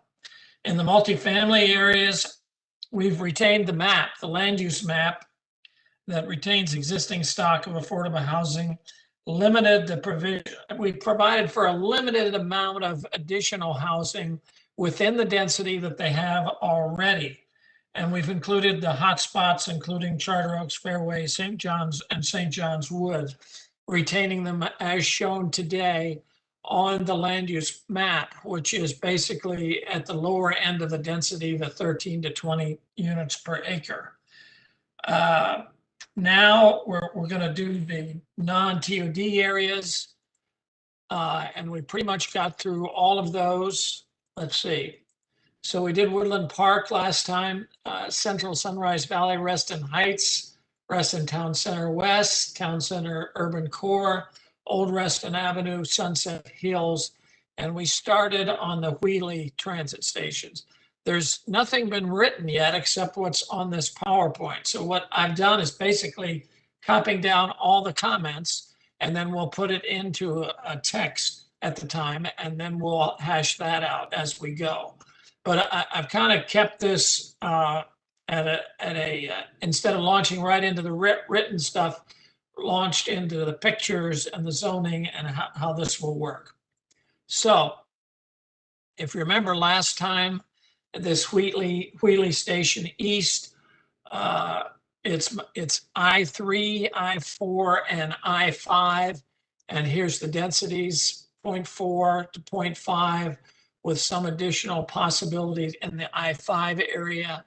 Has a very actually small amount of open space at 15%. It's probably the smallest in all of Reston, and some building height. So here is the same thing. I've copied the principles. So to get anything new in this area, we're talking about developing criteria for how you would proceed. And this was a list of criteria, a start of a list last time. So placemaking, transportation, green neighborhood, and energy conservation and environmental protection would be sort of the theme in these.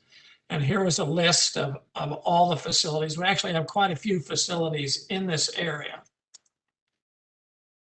Okay, so we went through all of these, and now we have south of what this is Wheelie East. And you can see on the lower drawing, you can see the red outline. This is the area that we're talking about. It's virtually all I3.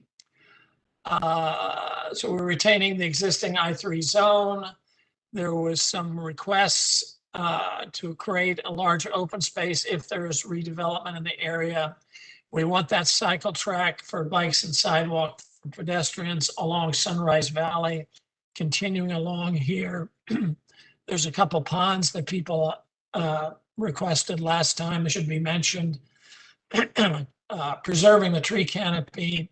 There are a few streams in here, and this whole area of the TSAs are actually the headwaters of Colvin Run, which eventually flows into Difficult Run and into the Potomac. So preserving those streams and protecting those streams is important. In this area, harmony with the adjacent residential and limiting building height along Sunrise Valley is important. And then you ask for two alternatives. If you see it on the upper drawing, the orange line is the extension of South Lakes Drive that would go across the toll road and through the blue area. The blue area is the Virginia Tech area.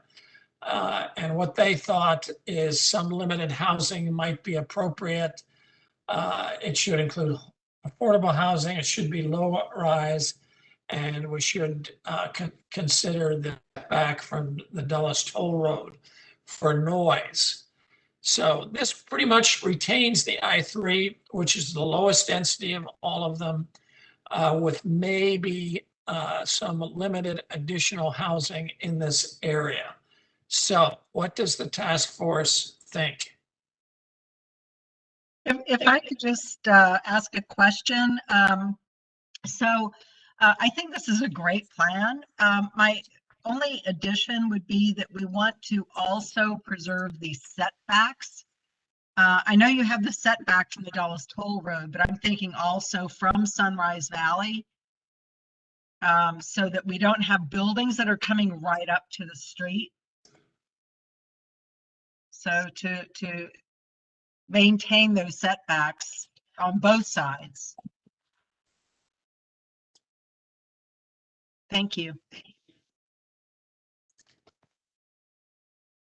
You see, I'm typing right in here. So.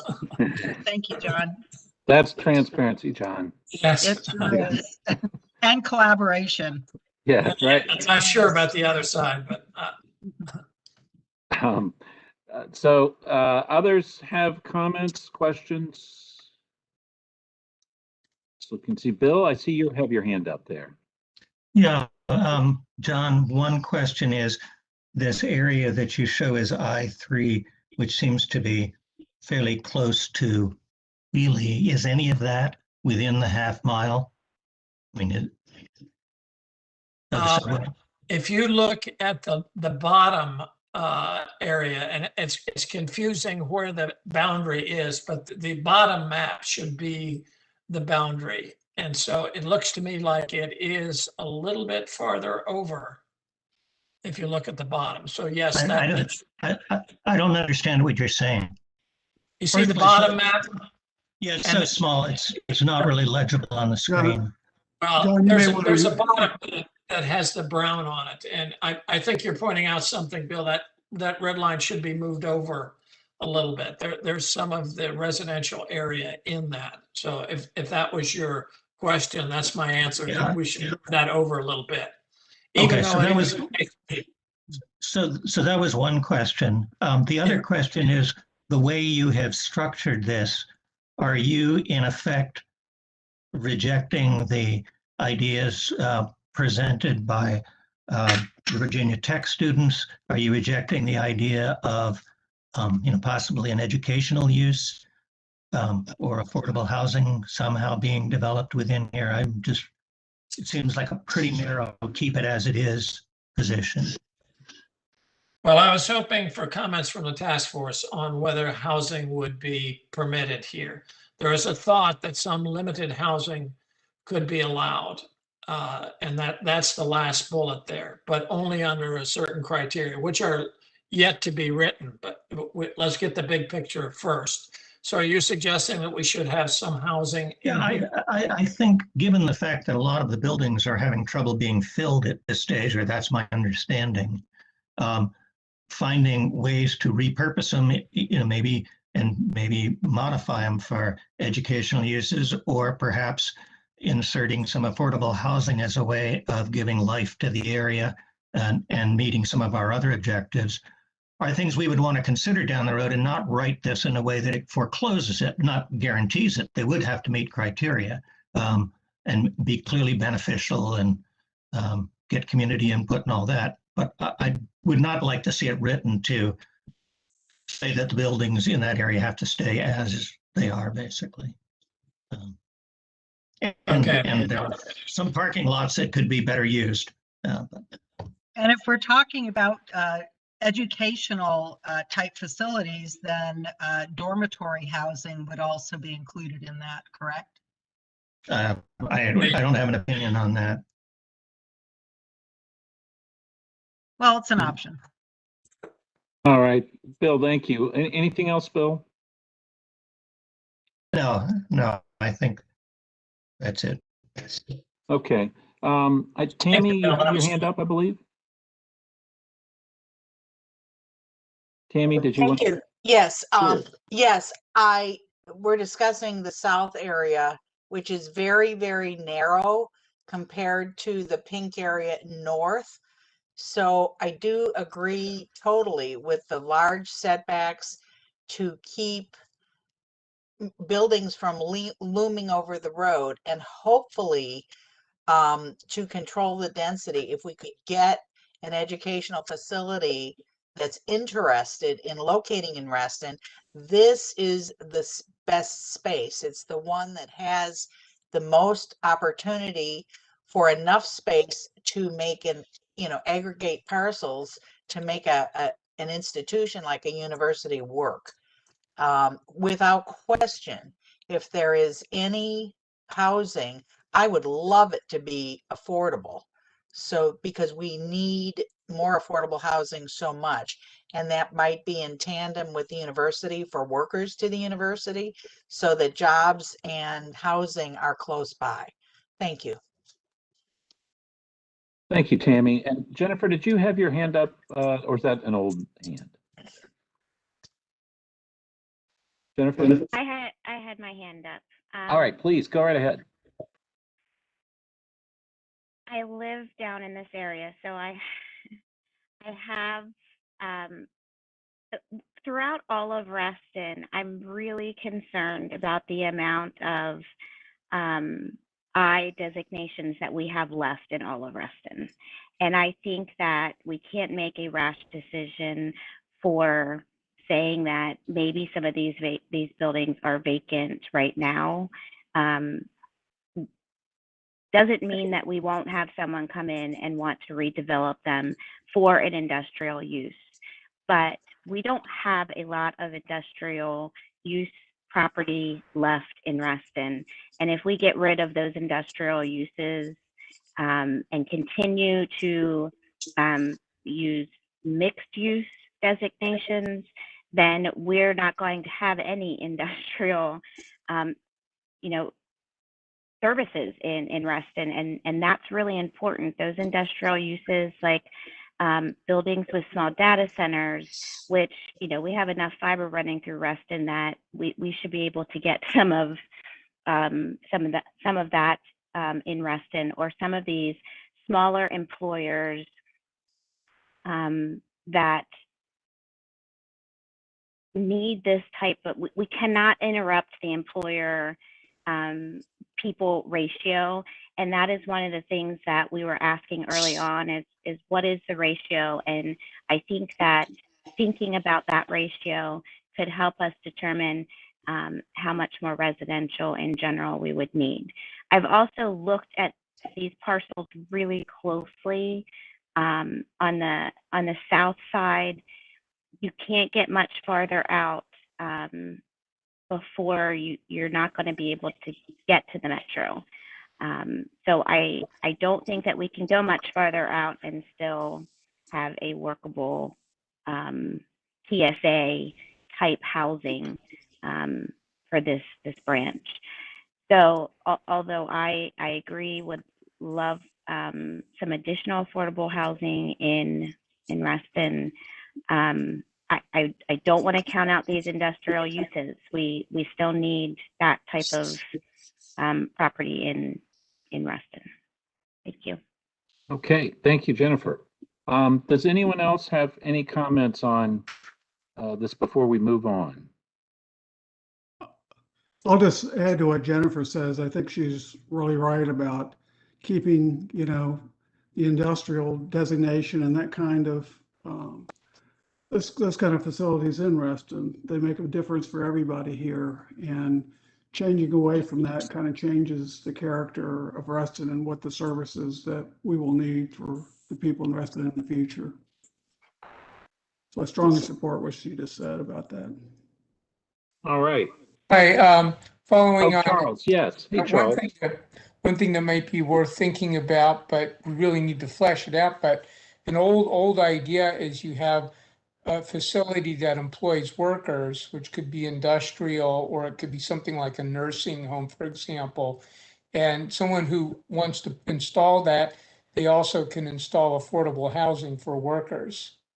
So now you don't have people going to a assisted living facility coming 20 miles away, or maybe it's a manufacturing kind of thing.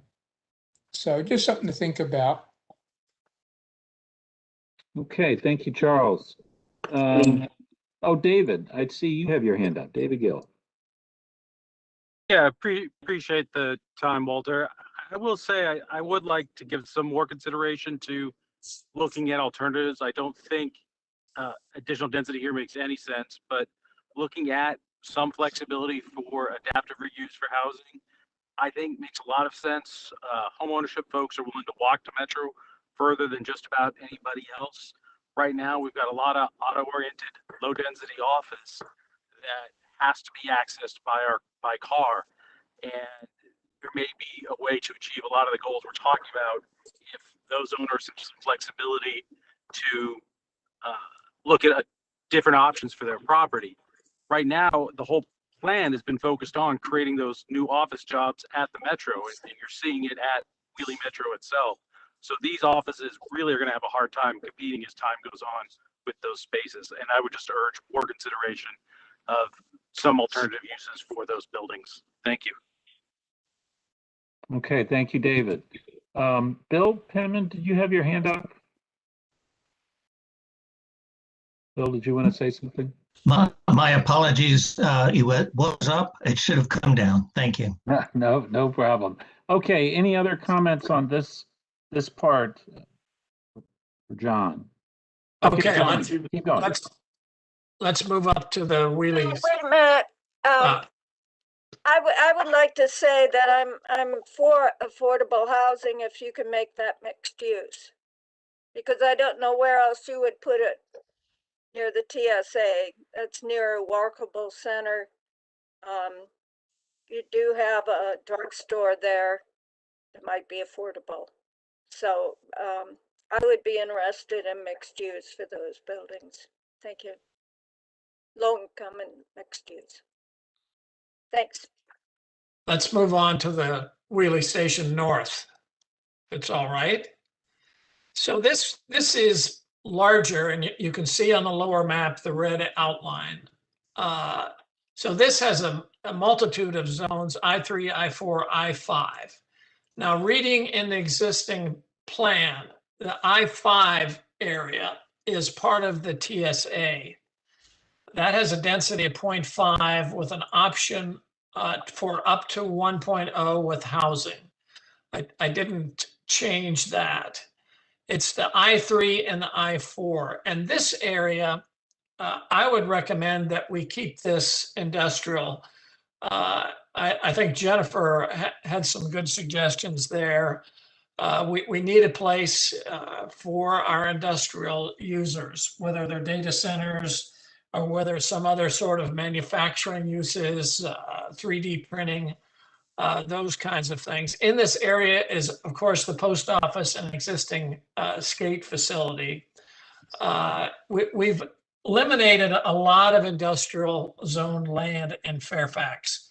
And I know many other jurisdictions are concerned about their place. We probably should be concerned about that in Fairfax. Certainly Tyson's, we lost a lot of industrial. Reston, of course, we've lost a lot of industrial. Those are for good reasons. The Merrifield area used to be an industrial. We've lost a lot of that. We just recently lost industrial at the airport, replacing them with housing. This area, because it's self-contained quite a lot, it's called the Fairfax Business Park. Probably, I would recommend we keep it as industrial, lower density, call it an innovation district or something like that, low FAR. There's needs to be street connection improvements. There needs to be a connection to Lake Fairfax Park.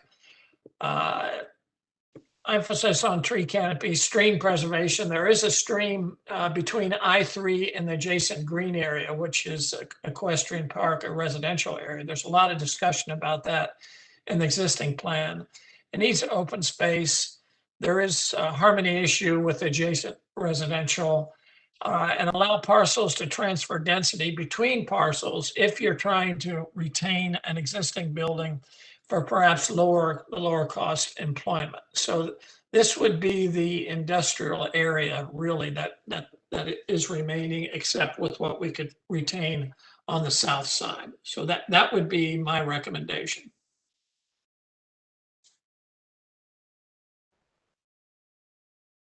Okay, thank you, John. Are there folks with their hands up? I don't see any.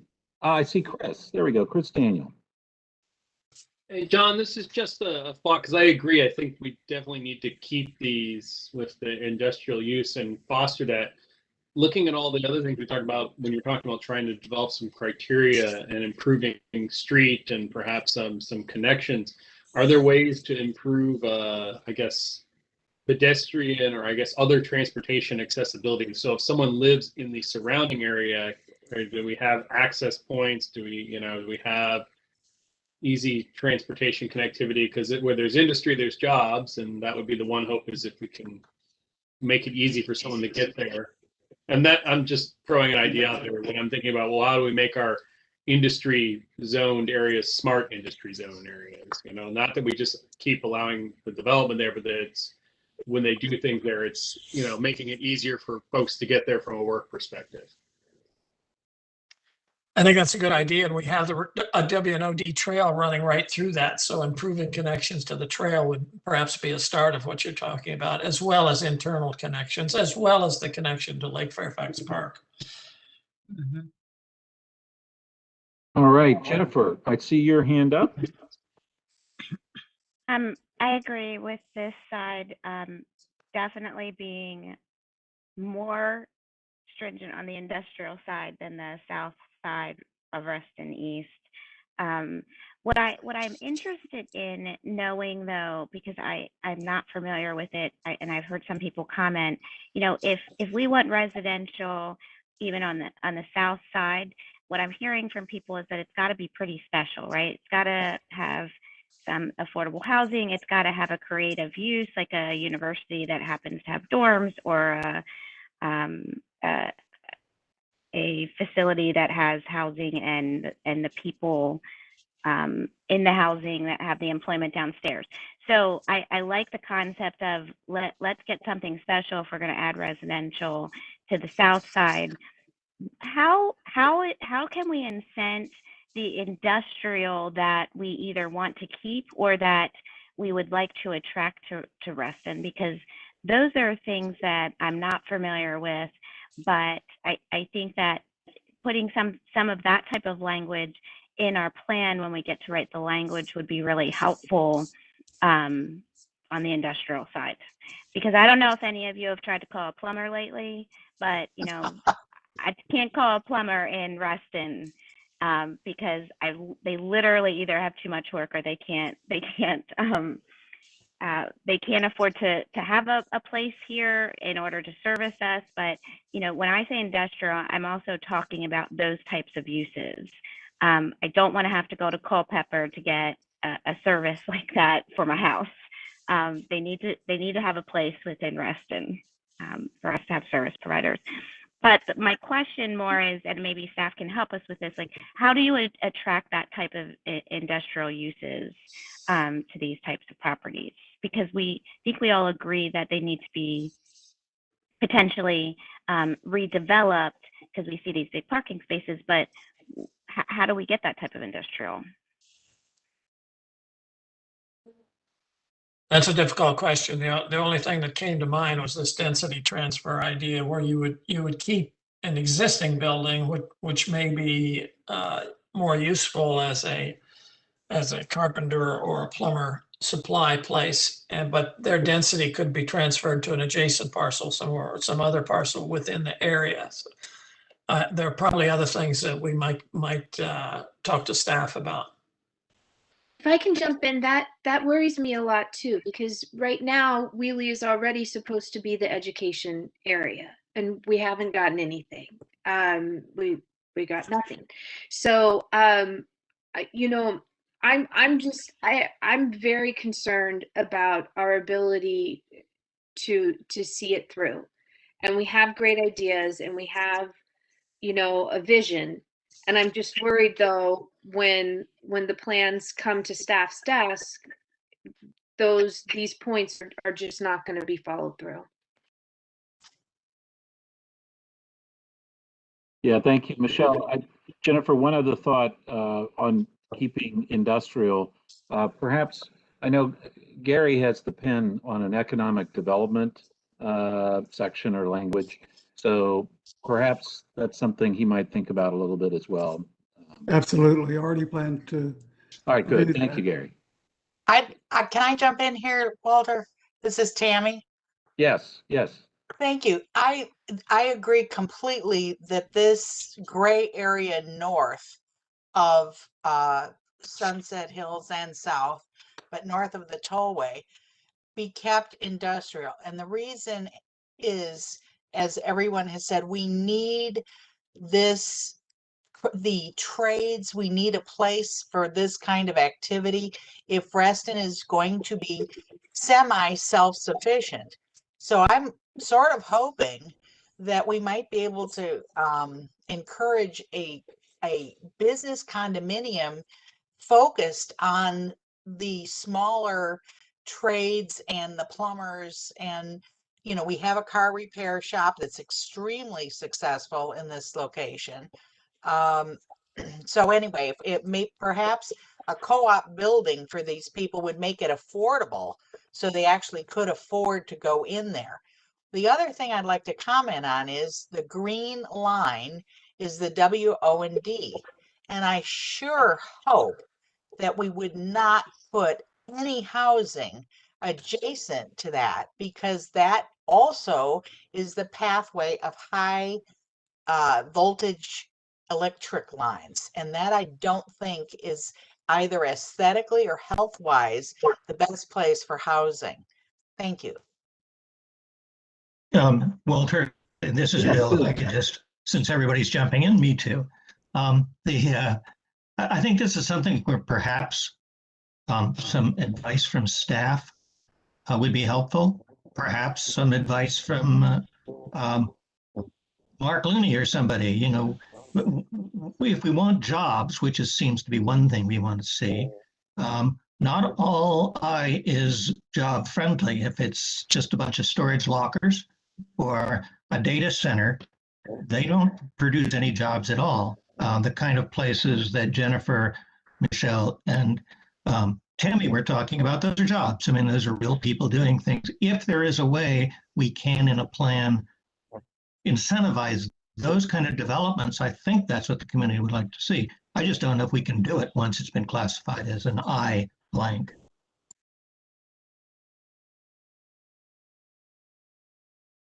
Thank you, Bill. Did someone else, Jennifer, do you have your hand up again, or? Could I just ask a question? Oh, yeah, please. Gary, yeah, go ahead. Sorry, I'm going off of Bill's point there. John, can you comment on that? John Carter? I actually think a data center wouldn't be a bad use here. I would love the taxes from the data center. And it creates I would no love traffic. the taxes from the data center. Yeah, I would love the taxes from 5 or 6 data centers. It's the kind of jobs. It's not jobs in general. It's the kind of jobs, and these are industrial jobs. And yeah, data center and some of the self-storage, but some of those uses are okay for this area. We need an area like that in Reston. Well, and this is a pretty large area, although it's pretty well used too. David Gill, I see your hand up. Go right ahead, David, and then Jan. Yeah, thank you. I would just point out Lake Fairfax Business Park has largely been developed with office. I mean, yes, it's nominally designated industrial from the old RCIG sort of leftover zoning, but it's largely been developed with office, and it's very rare the market incentives are in place to take land out of even Class B office and put it back towards industrial. Data center, you know, absolutely, potentially, depending on fiber and power and all that. But this site does connect up to Lake Fairfax from the WOD trail. It's, you know, a site I think we all go down to go visit the health club at the end of it to go use the pool there because it's a great pool. But the rest of those office buildings are, you know, at best going to be bumping along as Class B office buildings. You're going to get call centers. You're going to get those type of office users. And I think we can do better. I don't know what that is, but I do think like Fairfax Business Park is an opportunity. And, you know, maybe maker spaces to get at some of those concerns that folks have about making sure the people who work here and our plumbers and our car repair folks have a place to set up shop. I absolutely support that. But I don't think it's realistic to expect, given that these are largely Class A and B office buildings when they were built, to go back towards a lower industrial designation at the end of the day. That's all I had to comment. All right, thank you, David. Can Dan, we did you talk? have a comment? Can we see that? I would like to see Fairfax Business Park. Like, can someone talk to what is in it so the community knows what's currently in there?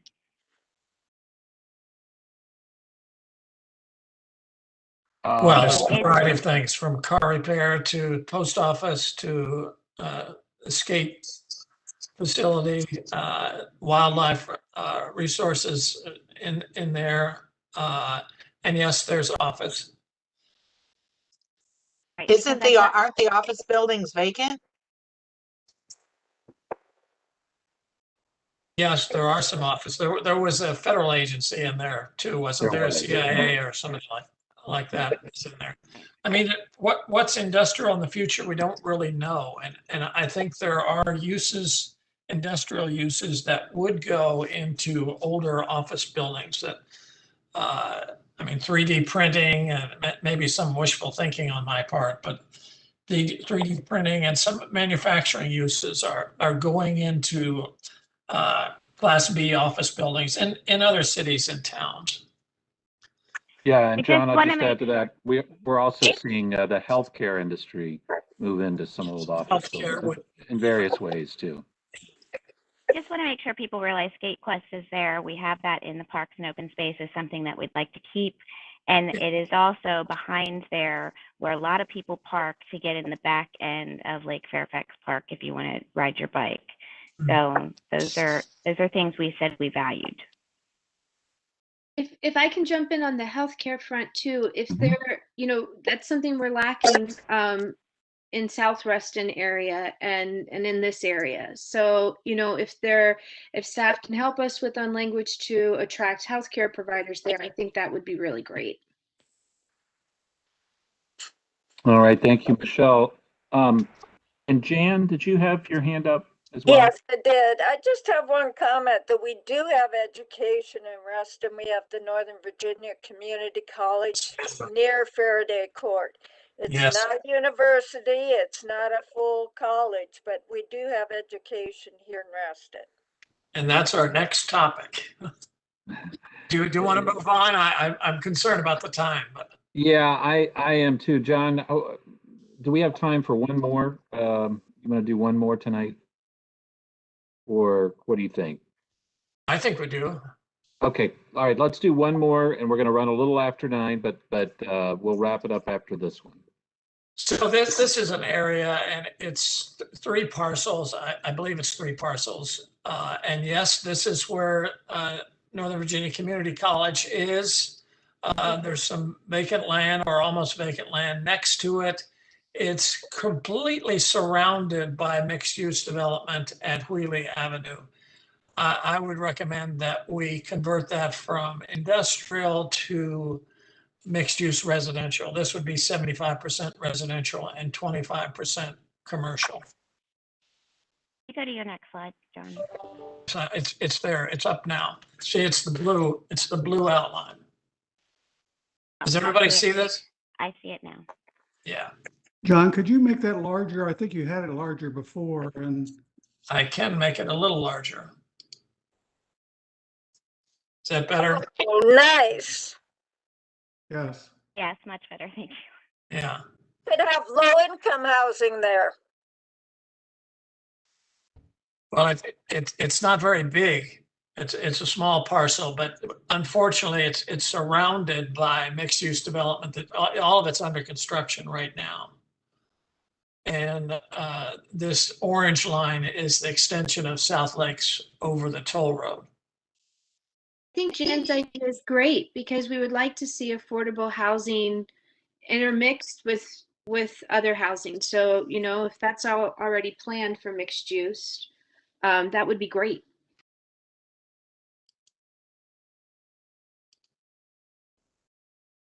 Yeah, Michelle, one of the challenges with this is for any of these plans to become reality, the landowner has to ask for it.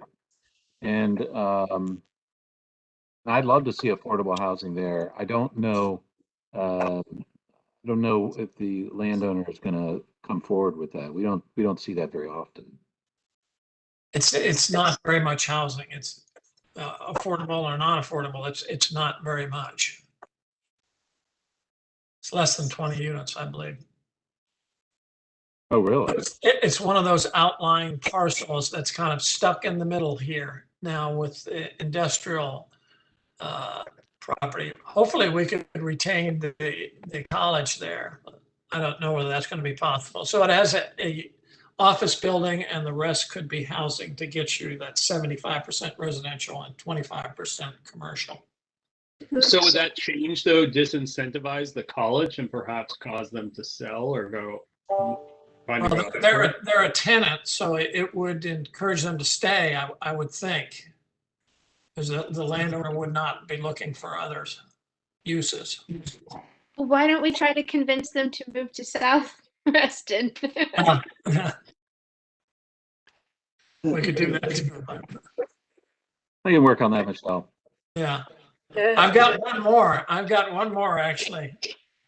All right, John, go right ahead, and then let's wrap up. All right. So this is, and we can't get too far with this one because it's Association Drive. So that's more about the criteria. As you know, soapstone runs right through the middle of it. Gee, if I get this right. Geez, John, bury the popular one for the end.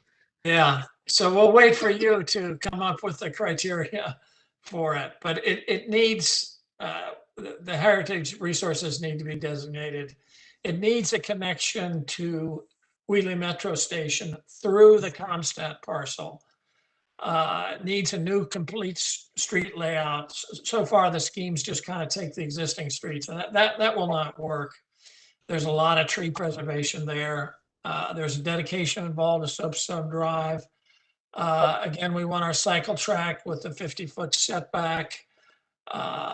And so that's Association Drive. We'll probably want to bring that back when the heritage resources get resolved. So, Chris, do you have comments on that?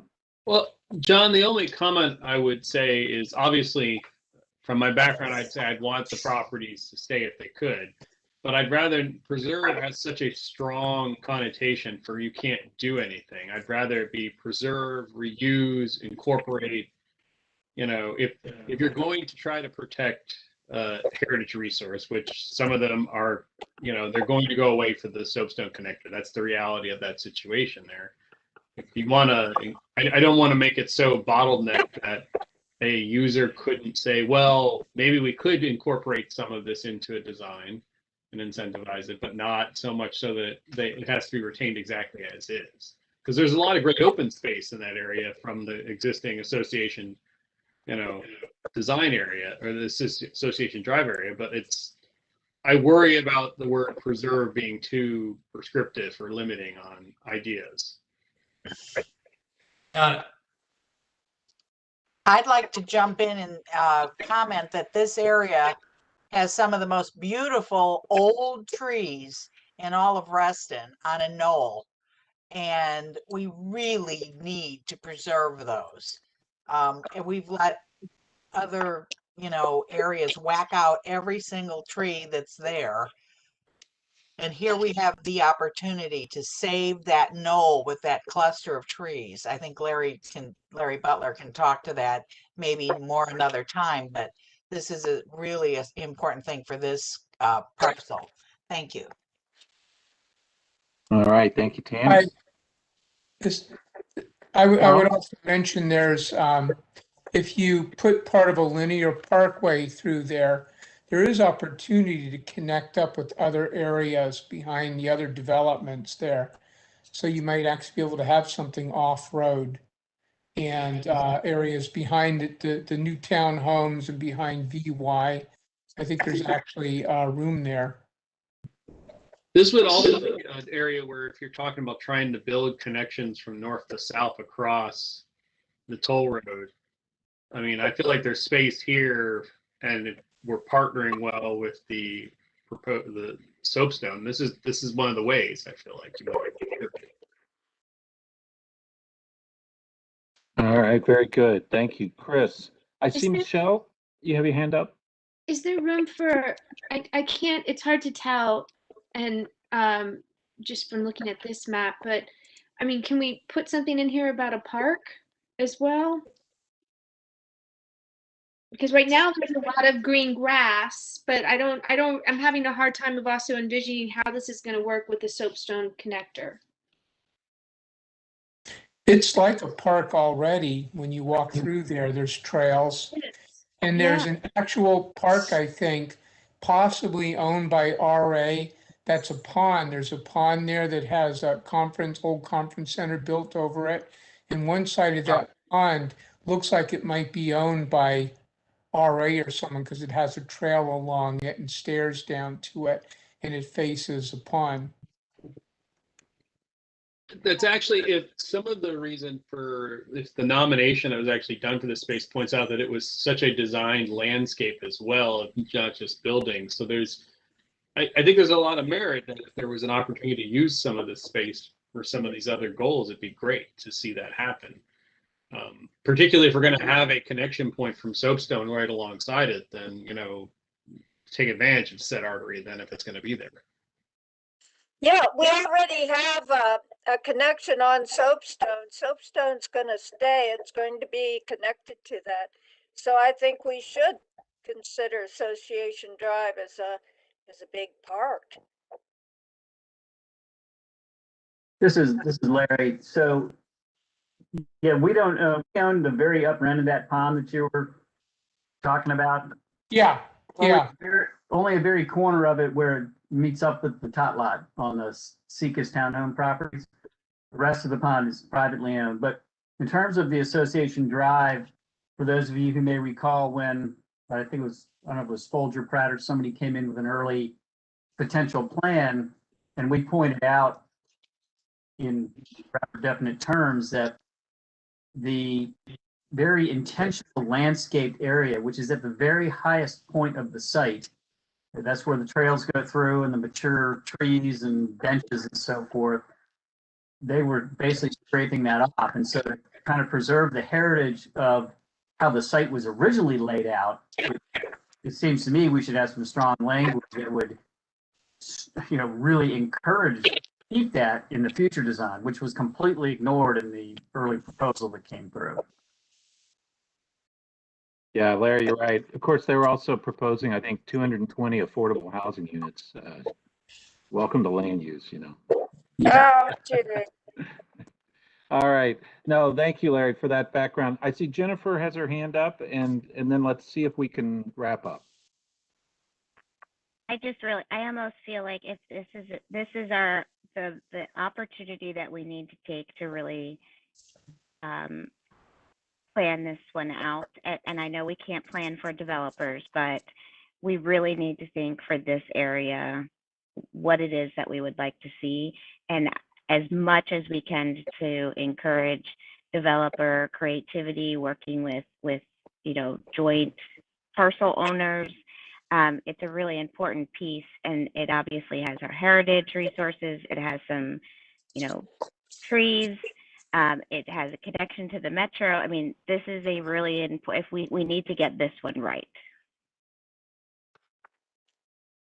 Thank you. All right. Thank you, Jennifer. John, do you want to, anything else on this? You want to wrap up, or?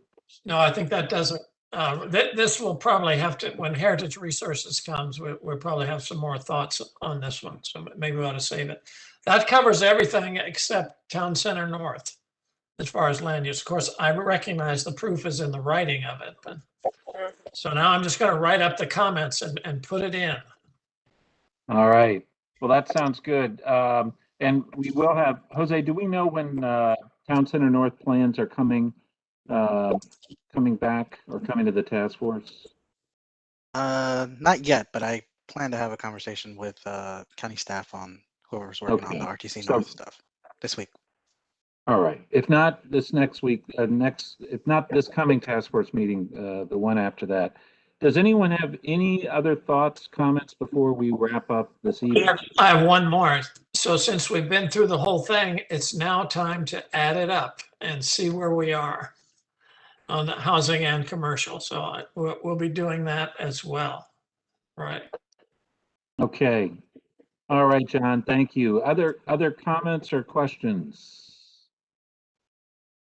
All right. Thank you, everybody. Very good conversations tonight, and really appreciate everybody's input and engagement. So have a good evening, everybody, and we'll see you next week. you too. Have a good evening.